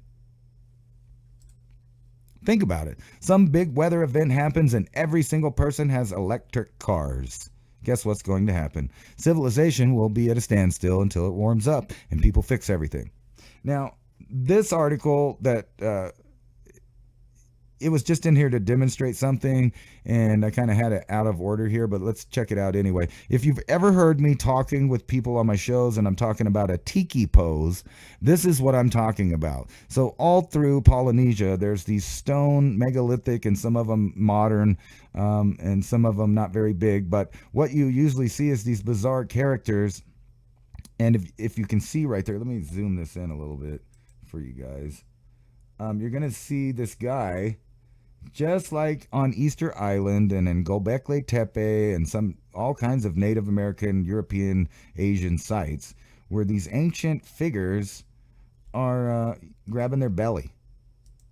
And it's what's called, in some circles, why I say it, as a tiki pose, because you see it on these tikis all through Polynesia. And you see this wooden one right here, looks just like an Easter Island moai. They do come in different variations, but almost always you will see the arms down to the sides cradling the belly. So you see that here, you see that here on one side, but he's holding a staff. And this guy's got a drum, so I think this is a modern one, but you'll always see this tiki pose, and you can see it on this old stone artifact here. You can see it on their little chess pieces. You see it on here. You see it at Göbekli Tepe. You see it and all kinds of what are called Olmec statues. And then you see it on the Easter Island Moai statues. You see the same thing, what's called a tiki pose. Now, keep that in mind when you're looking at these ancient sites, and tell me if that's not something that's another obvious thing, like the swastika and other things that were transferred to almost everybody worldwide at the same time. And it seems to be that in this ancient time, and I'm going to go ahead and say that time was 40 to 50,000 years ago, everybody was meeting each other and they were giving each other information, and humans were carrying information to these new groups that they were meeting, other kinds of humans, and they were transferring information, not only genetics, but information. Imagine what Homo sapien in those times learned from the other humanoids that they came across. I imagine that they learned where to hunt, they learned how to live in that ecosystem, and they probably learned a lot from them, and they disappeared, so I guess they didn't learn much from us. Anyway, what are we learning today, and how's it going down in the world right now? Because, I don't have much faith in the educational system, knowing that educational institutions around the country are no longer passing children through based on merit or education. Instead, they're just giving them a pass. It's the everybody gets a trophy kind of thing, but, now first it was for participation in things. And so everybody could feel good. But now the trend is to just pump out a bunch of idiots, complete morons, uneducated people that went to school but did not learn everything. And this is happening in all demographics. So don't think that, if you're from one particular group or another, that one group's being attacked more. No, it's a complete dumbing down of the entire civilization. And this stood out to me. I haven't even read it yet, but let's read it. And keep in mind that there are places like in Oregon and California, Washington, various places around the country that are allowing people to get jobs and people to pass tests and people to graduate and get letters behind their names that didn't actually earn it, but they needed a percentage to get through of a certain type so that we could all be, die, I guess, that certain people should die. That's almost like a joke, but I think it's actually DIE, or is it DEI, diversity, equity, and inclusiveness, which I think is stupid because, let's say it was World War II and you had a bunch of candidates that would pass out with a little bit of G-forces, and they couldn't run the guns, and they couldn't figure out the plane that good. They could do some basic flying, but you wouldn't want to go into a dogfight with them. But they're saying, hey, you know what? We got to have a percentage of everyone in here, so they got to get represented equally. It doesn't matter who can actually fly the plane or not. We're just going to pick a certain amount of people, and we're just going to put them in the job and hope for the best. Well, you know what? I, for one, don't want to participate in those things. And no offense to anybody, but I want the best person, regardless of ethnicity. You know what? I don't care if they're sexual persuasion. I don't care what they're tripping on. If they are good at the task that involves my life, then I want them doing it. The best person in the position. And if not the best person, then the next best person, and so on and so on. You're not going to go out there or think about it like this. You're a caveman, hunter-gatherer, and then there's Fred, and Fred gets a kill every time his wife's happy in their cave. And you got this other guy, Bob. Bob kind of sits around scratching his butt. He doesn't know how to make a point. He really doesn't contribute anything. He's always begging for food. And you take him out hunting, guess what? You're probably not going to come back with much to eat, and your wife's going to be mad, and your kids are going to go hungry. And you know what? Somebody's going to move along and kick you out of their cave that can actually support things. But I digress. Game of Life, one of the world's best universities, is teaching students how to get good at video games. And they misspelled get and good for whatever reason. I guess, I guess Generation X is the new old people that doesn't understand crap, or at least we're emerging into that lane of existence where younger and younger people are going to think that we are morons, even though we're the last vestiges of civilization on Earth.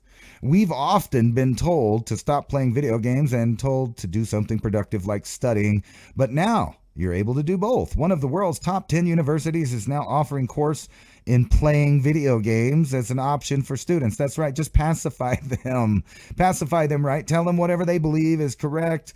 You can be a unicorn. You can be a dragon. You can be a dog. You can be a man, a woman, a they, a them, a it, or they, whatever. You can be an alien. You can identify as a amoeba if you want to do that now, But in my day, as Generation X, I would go to my friend's house when I was a little kid, or and they were over there. They were playing He-Man. They were like, "I'm He-Man and you're Skeletor, but I can fly.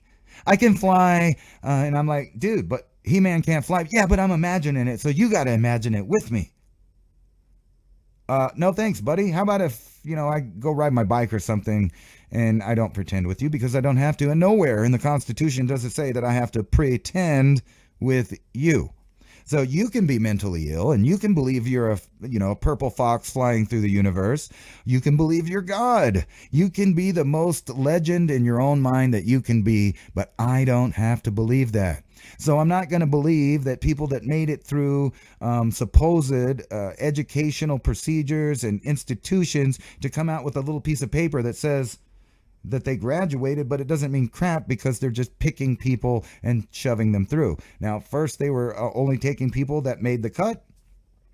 Then they started saying, you know what, that's not fair to certain people. Let's put a certain amount of people in there. Okay, that's basically everybody was like, whatever with that. Okay. But now they're saying, you know what, if they're mentally ill, or they're crazy, or they believe they're a dragon on a tooth fairy riding on, a 1920s ski boat going through the galaxy at Mach 10, you have to believe that with them. No, thank you. Anyway, I digress. Back to the article. The Art of Fighting Games is a course at the University of California, Berkeley. You remember that place where free speech and all that stuff tried to come through? Now it's just what? Anyway, rated the 8th best university in the world by morons. Excuse me, did I say that out loud? That was not in the article. Excuse me.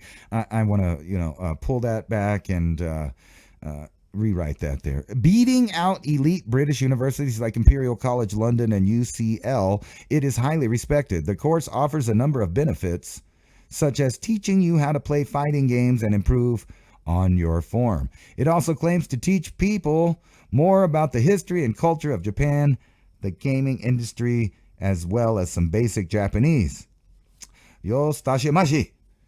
graduating from the course is broken down into 4 parts, including attendance, homework, fighting, tournaments, and final project. The tournaments are not based on how many games you win. Well, of course not on merit, but on how well you can reflect on the mistakes you've made while playing the game. Isn't that nice?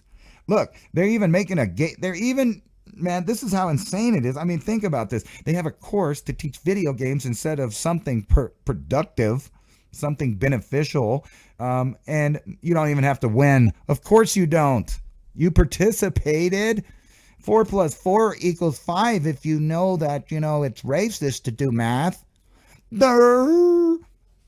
Really, we're losing it. And in the backdrop, don't worry about it because all these dumb people are about to get killed.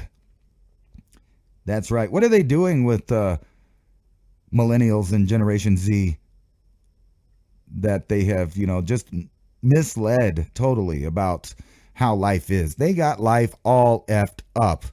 But don't worry about it. NATO announces months-long exercise with 90,000 troops.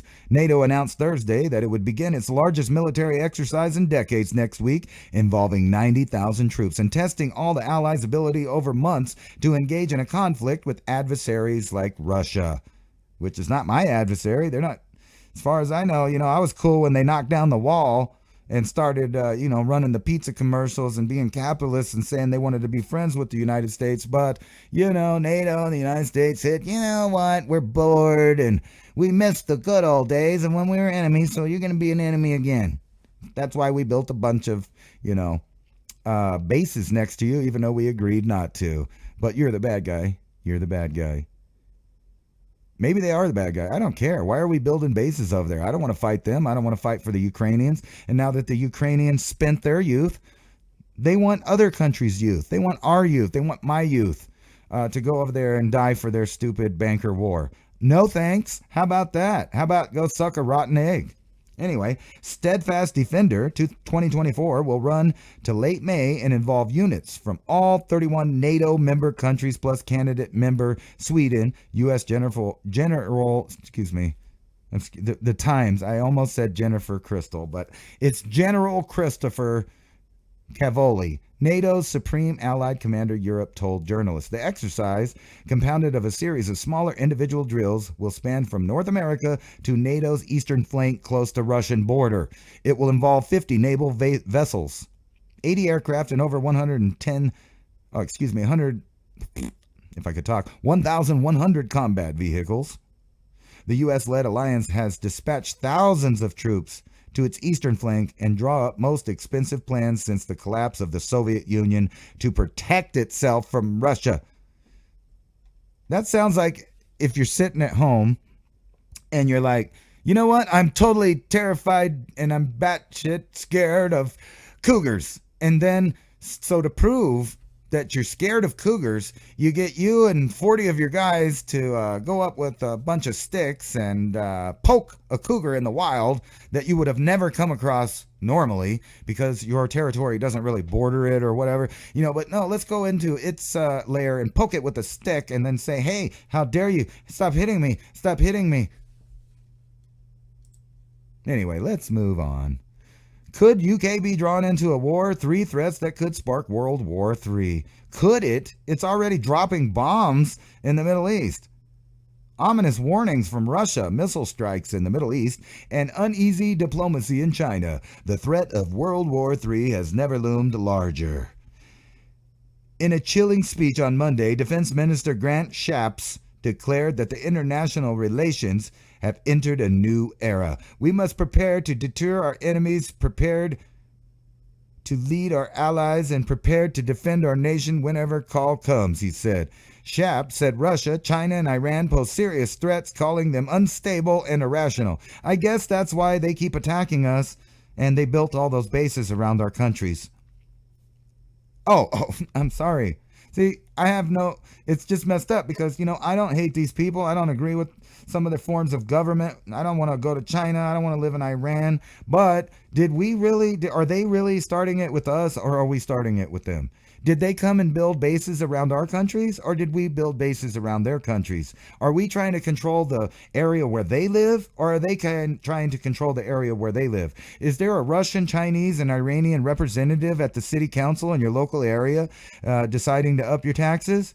I don't think so. But that could be, in the future, because on the one hand, while we say they're enemies, you have people in the administration of several different administrations making backdoor deals with China, Russia, and Iran. Because it's all a show. It's all central casting. There is only one government. It's already been founded. That happened on 2001, 9/11 of 2001, when they dropped the twins right there of the old world in front of Columbia as she watched upon and gave birth to the New World Order, the One World Order. And that's why they put that big old needle obelisk, Hathor-looking obelisk there in place of the Twin Towers, is because it's the new obelisk of the New World. The New World Order was born on 9/11, 2001. Why on 9/11? I mean, think about it. Two towers, 911. Yeah. Anyway, let's get back to this. It's not the first time that the UK politician alluded to war in recent months. Former Defense Secretary Ben Wallace and Britain would be at war by 2030 in an interview last year. With Russia, war in Ukraine no closer to an end, tensions rising in the Middle East, and a new president putting the spotlight back on Taiwan. Don't forget Israel, Gaza, and the rest of the Middle Eastern countries there, because, they're involved too. Could the UK be drawn into a conflict even sooner? I don't know.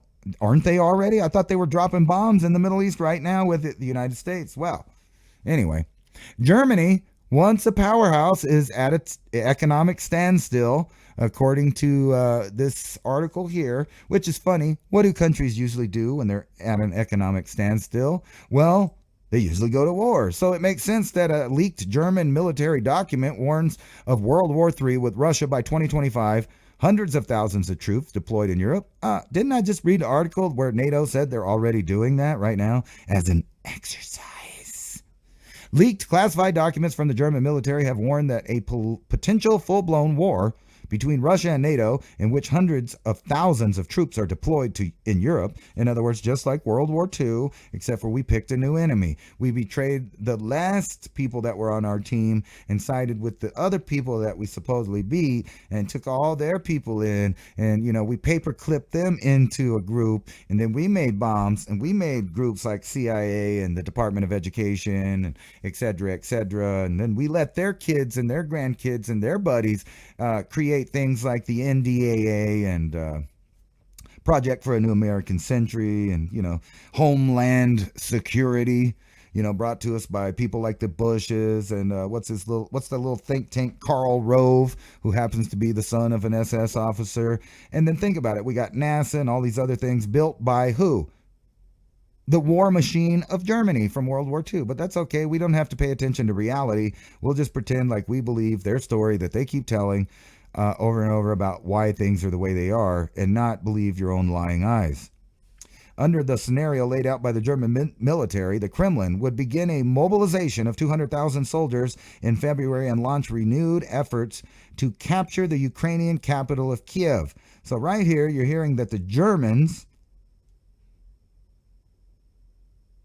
once allied to the Ukrainians before, if you remember, the Ukrainians were part of the Allied forces, allied to Russia, but then they switched sides in the middle of World War II and sided with the Nazis. And then after that, a bunch of their Nazis, the Ukrainian Nazis, got to stay in Ukraine. They didn't get Nuremberg trialed. They just remained there, and they had their own kids and their own grandkids who, seem to have taken power in 2014 with the color revolution, the little orange revolution that they had, in which they were openly showing that they were neo-Nazis and hailing Hitler, and weirdly funded by George Soros.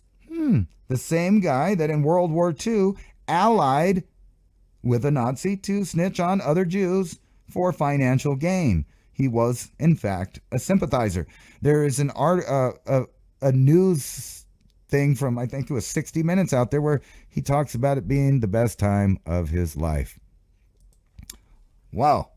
Meta joins rivals in pursuit of human-level AI. And this is where we're going to go for the next couple of minutes. How AI is about to take over, and how that means that radio like Revolution.Radio and YouTube channels like myself and some more that we're going to talk about are the last vestiges of real information from real people in a free, open way. Period. And I'll tell you how right here. Meta joins rivals in pursuit of human-level AI. They are in the pursuit of that AI. Here's a Washington Post article.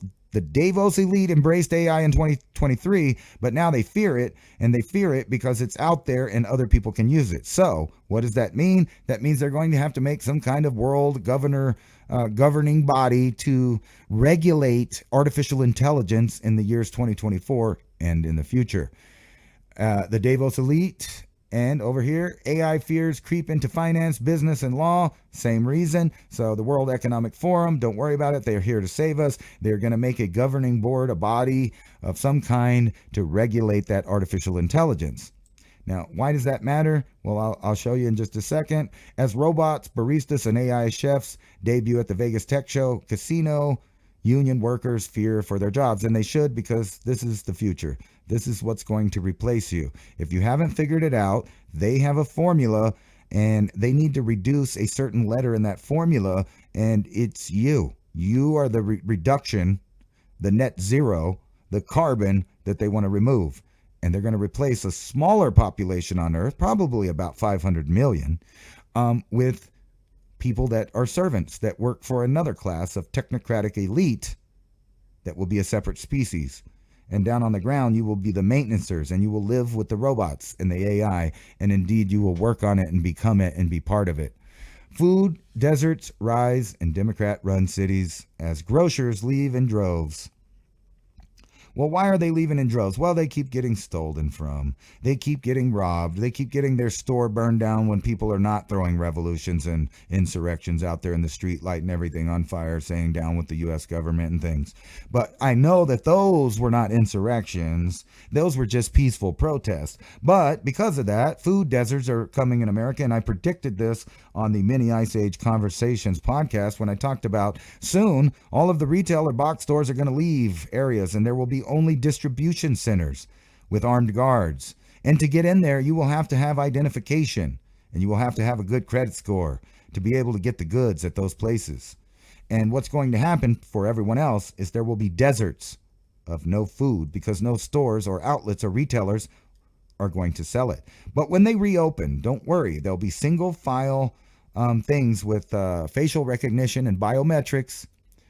No employees, just robotics serving you and creating the things, packaging the things, cooking the things, and then giving it to you. And you will have no customer service.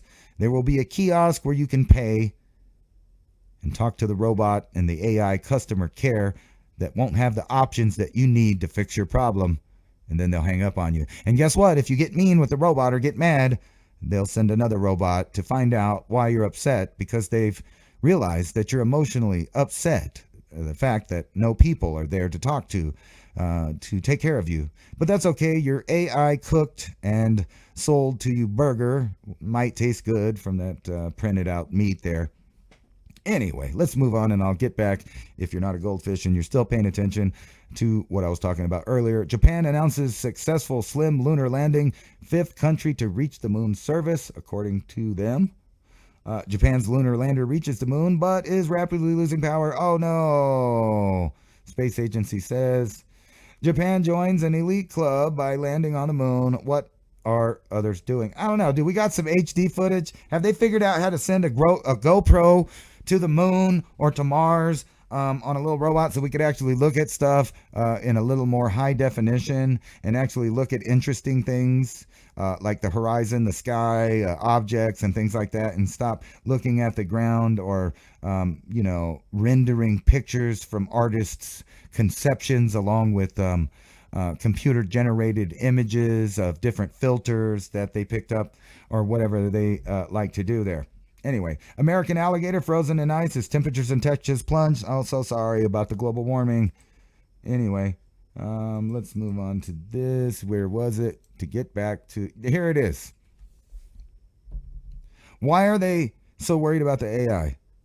Why do they want to control the AI? Why are they censoring? Why are we in an era where the government has taken control of trying to control your thoughts by censoring outlets, voices, and groups from being able to say what they think or they feel or what they've discovered or to share factual information if it is so? Well, because they're going to destroy all forms of media and replace it with basically a AI. That means that all of the different companies will be putting out the same talking points like the teleprompter reading puppets have been doing for years, but now we don't need them. Now there's AI. Now we can build one from scratch that looks almost identical to a real person. And you could copy any voice you want, one that soothes, one that's believable, one that's trustworthy, and they can make these, and now we don't need human beings. So these woke-tards that worked at all of these companies, these media companies, magazines, news outlets, and all of that, literally helped facilitate the replacement of their own propaganda job that they had. So they'll be out on the street with no job eventually. There won't be human presenters anymore. There will only be articles and presenters that are reading AI and or are AI. And there will be no people that work at these places, yet they'll still continue to be published and presented to the public as if these opinions and ideas are coming from living human beings. Why do you think that everyone's firing everyone? Woke Sports Illustrated tells all employees they're fired. LA Times Guild calls emergency meeting as layoffs loom. This is the big one. Well, don't worry about it because they have AI. They have AI to tell you everything now. And they will be in the future. And here's this list of that they just came out. And we talked about it on many Ice Age conversations. I think that's this one. Here. And look at it and listen to this. This is a list of who they say you shouldn't listen to because they don't agree with man-made climate change. And when I looked through it, I just saw what I think is probably the best list of people that you would want to maybe start subscribing to their channel. They might be the last of the human presenters. Here we go. And I'm going to put that in all of the chats, I think. I think this will do it. So if you're listening on America in 4K or the Raven Wolf channel or on Rumble, I think you should also get this link. Okay. And it looks like you did. Cool. So here's the channels that you should probably, subscribe to, in my opinion. Look, ADH TV, Alan Jones. Academic Influence, Age of Truth TV, American Enterprise Institute, Andrew Clavin. I don't know who most of these people are. I know who some of them are, and I'll read them off. Like, let's see here. End Times, Epic TV, Freedom Works, Glenn Beck, Heritage Action. Let's see, the Hudson Institute, Human Progress, Hugo Kruger, Independent Institutes, Jim Steele, John Stossel, Jordan B. Peterson, Kim Iverson. Here's a 97.3 FM, Kiro Radio, Laughing at Liberals, Malcolm Reports, Manhattan Institute, Mr. Reagan. I mean, a lot of these are just mainstream media, too. Look, Newsmax. Here's my favorite one, the Oppenheimer Ranch Project, Paul Joseph Watson, PragerU. Let's see here. Reclaim the Net. I mean, all of these, some of these are very reputable news sources. Some of them, I don't know. Here's popular ones, Timcast, Tony Heller. I mean, here's a list of who's suspicious of observers. These are the people that they're telling you that you shouldn't listen to because you're not going along with the AI algorithm hoax narrative of every single narrative that they push, that you should only listen to authoritative sources for information and don't believe your lying eyes. And they like to hire all of these other sides. The founder of Greenpeace is on their list. But don't worry about it because you should believe Patrick Stewart or Captain Picard because he's famous and he's a socialist and he can tell you that, it's man-made climate change, and you should believe him because he's famous. Remember, he was that socialist guy on Star Trek that flew around in the utopia of the communist future where there was no money and they just went around absorbing everyone and making everyone the same because of diversification. And we want to make everyone diversified by making them all the same. Center for Counterfeiting Digital Hate. The new climate denial people. How social media platforms and content producers profit by spreading news forms of climate denial.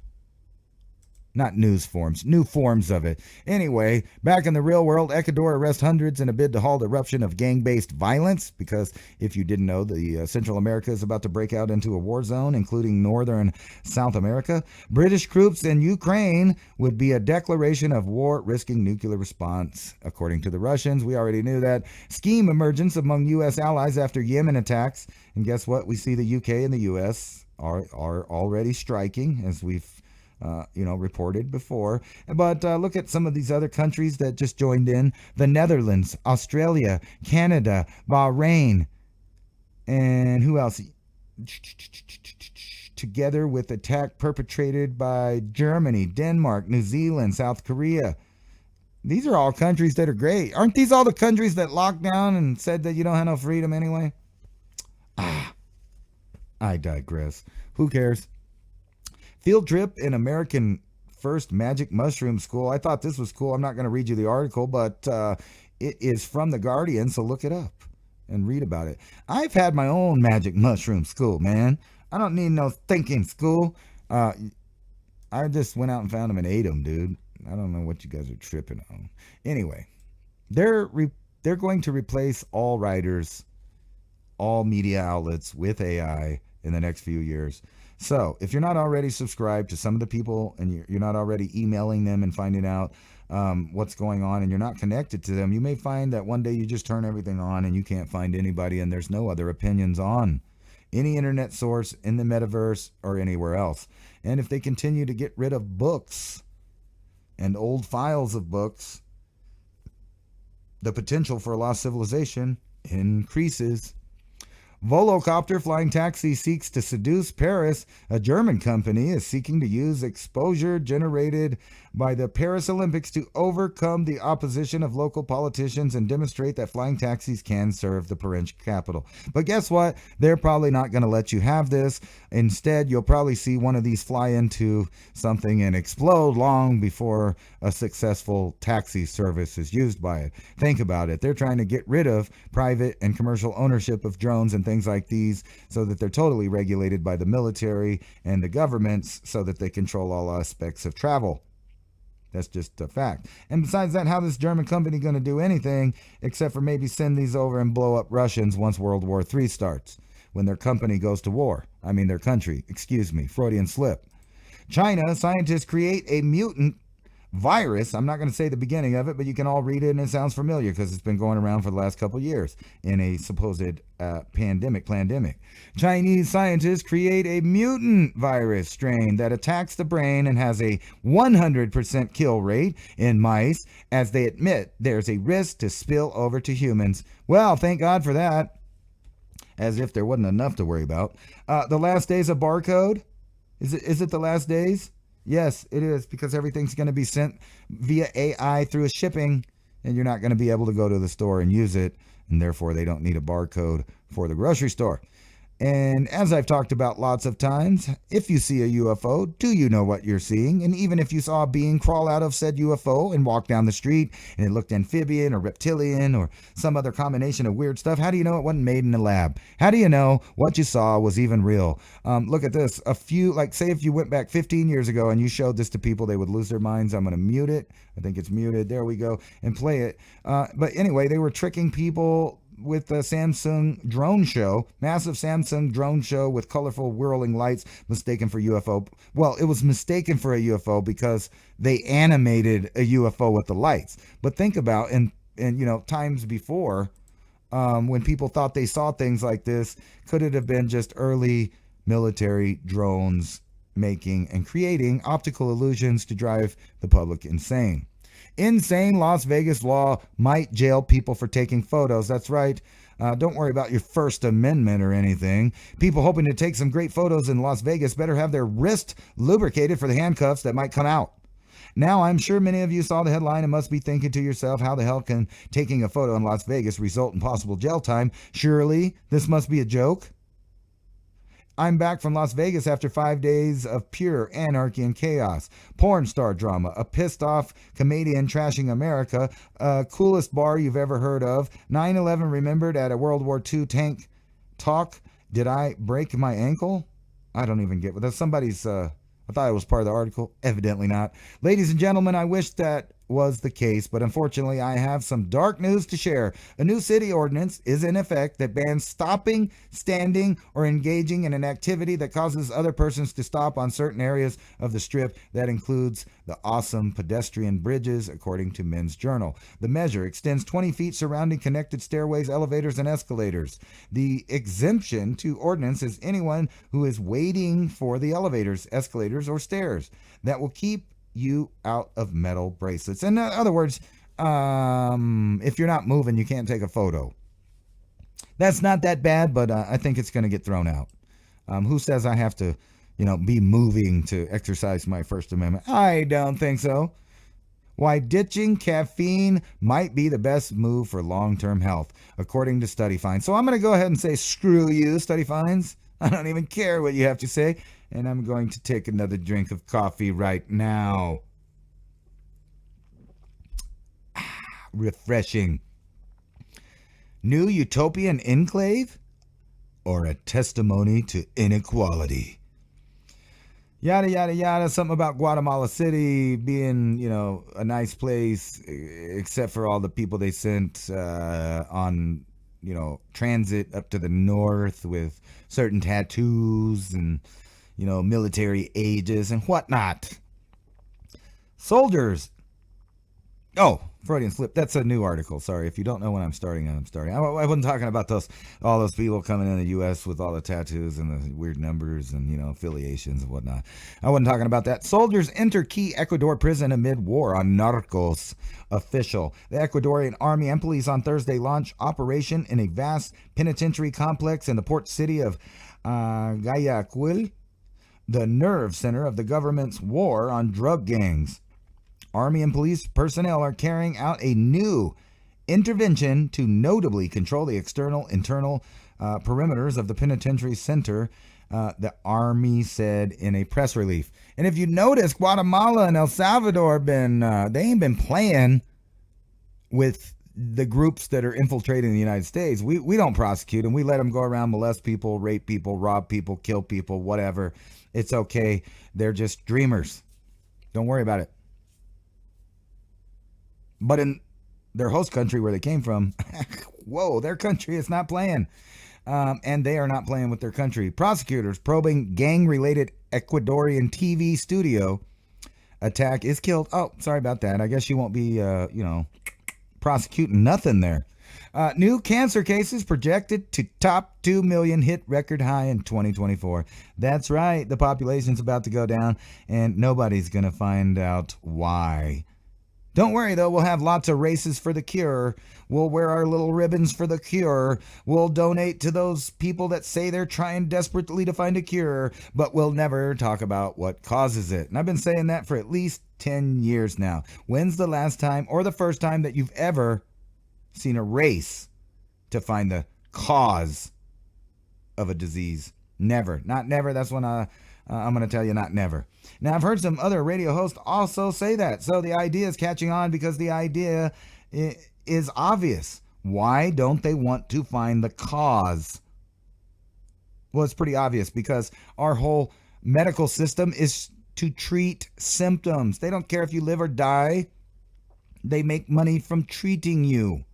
So if 2 million more people have cancer, that's great for them. They already have like a 90, I don't know how much it is. I think it's like 90 billion. You can go ahead and fact check me. Maybe it's 9 billion, whatever it is. It's in the billions of dollars of profit from people dying miserably from cancers that didn't even used to exist in the world before this one that we live in now, which probably started about 1945 and up when cancers just increasingly started and kept prevailing. And now everybody's wondering why everybody's getting these cancers. And, I guess that's all the time we got. And last story, 20-year-old murdered by illegal aliens sues Biden for $100 million. He's one of those soldiers with the numbers and the letters. That's all for Mountain High Time. Thanks for listening.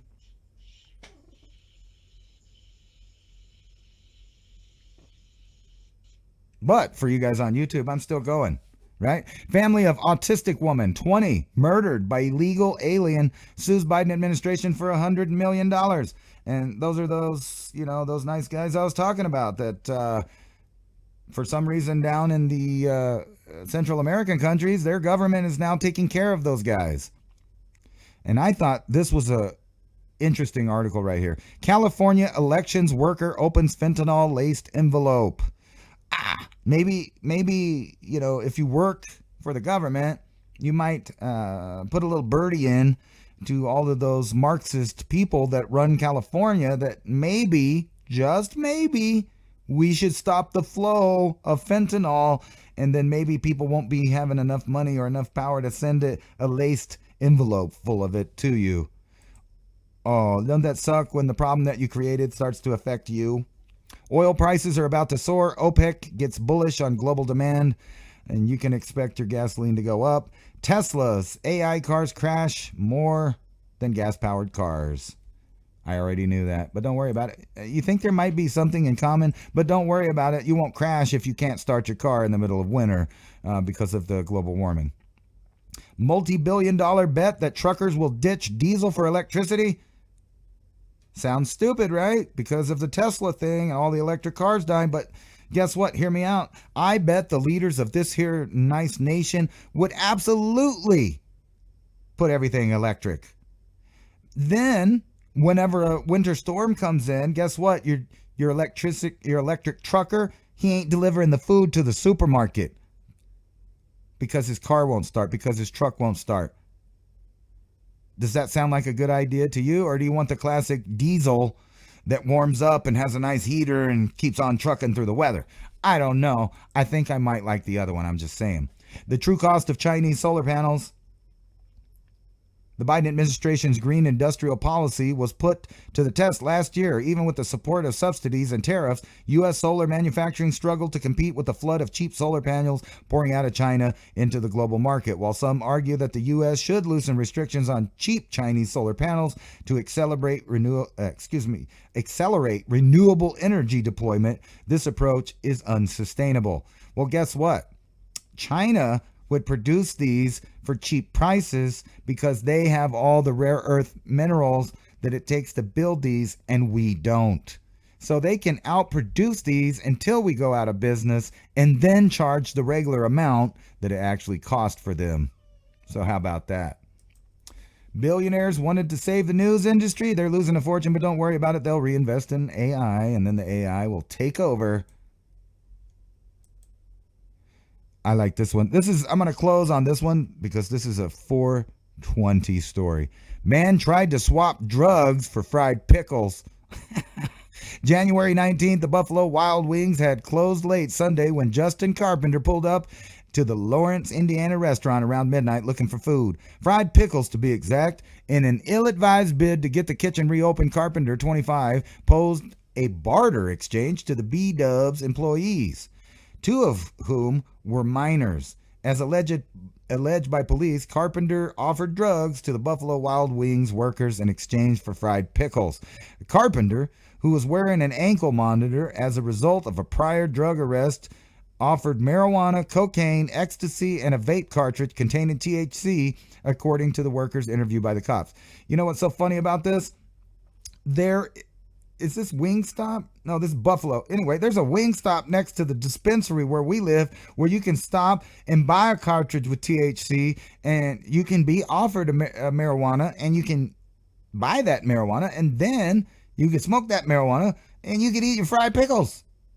I think Buffalo Wild Wings across the street. So it's funny. This hardcore criminal in this state ain't nobody here. Now, of course, cocaine and ecstasy are still illegal where I live, but the rest of it was an everyday thing, man. Sweden calls for population to prepare for war. Sparks panic and criticism. Well, it should spark panic because your neighbors are trying to have World War III with our neighbors. Ain't that nice? U.S. home sales decline as lowest in 30 years. American cite economic suffering. Or it could be that the prices are just way crazy. I looked at a house that was made in, or actually it's a mobile home in a smaller lot than mine. And the thing was built like 1963, and they want $125,000 for it. I'm like, what? No thanks. That's why nobody's moving into it, because it ain't worth that. It's like worth, I think I bought my lot that's bigger in the same neighborhood with a more modern house for like 30 grand. You know, now that was a few years ago, but wow, $125,000 for a trailer house in a neighborhood full of trailers? No thanks. Anyway, that's all I got for Mountain High Time. Thanks for watching. And like I said, if you feel like helping out this channel, keep the lights on and maybe, get back into the road trips game. Can't do it on my own, if you know what I'm saying. Anyway, peace out, and we'll see you next time here on Mountain High Time. Thanks for joining me. Puff, puff, pass, pass, and I hope the weather is cloudy where you're at, because it's about to be here.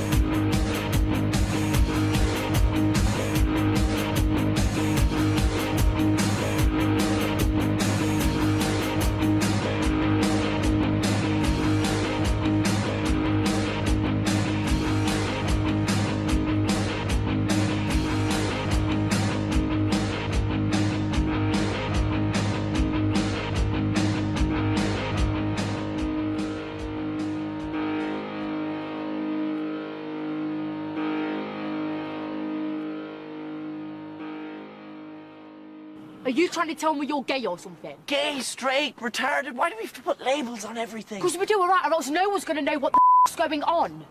Aha! Aha! What do you know from funny, you bastard?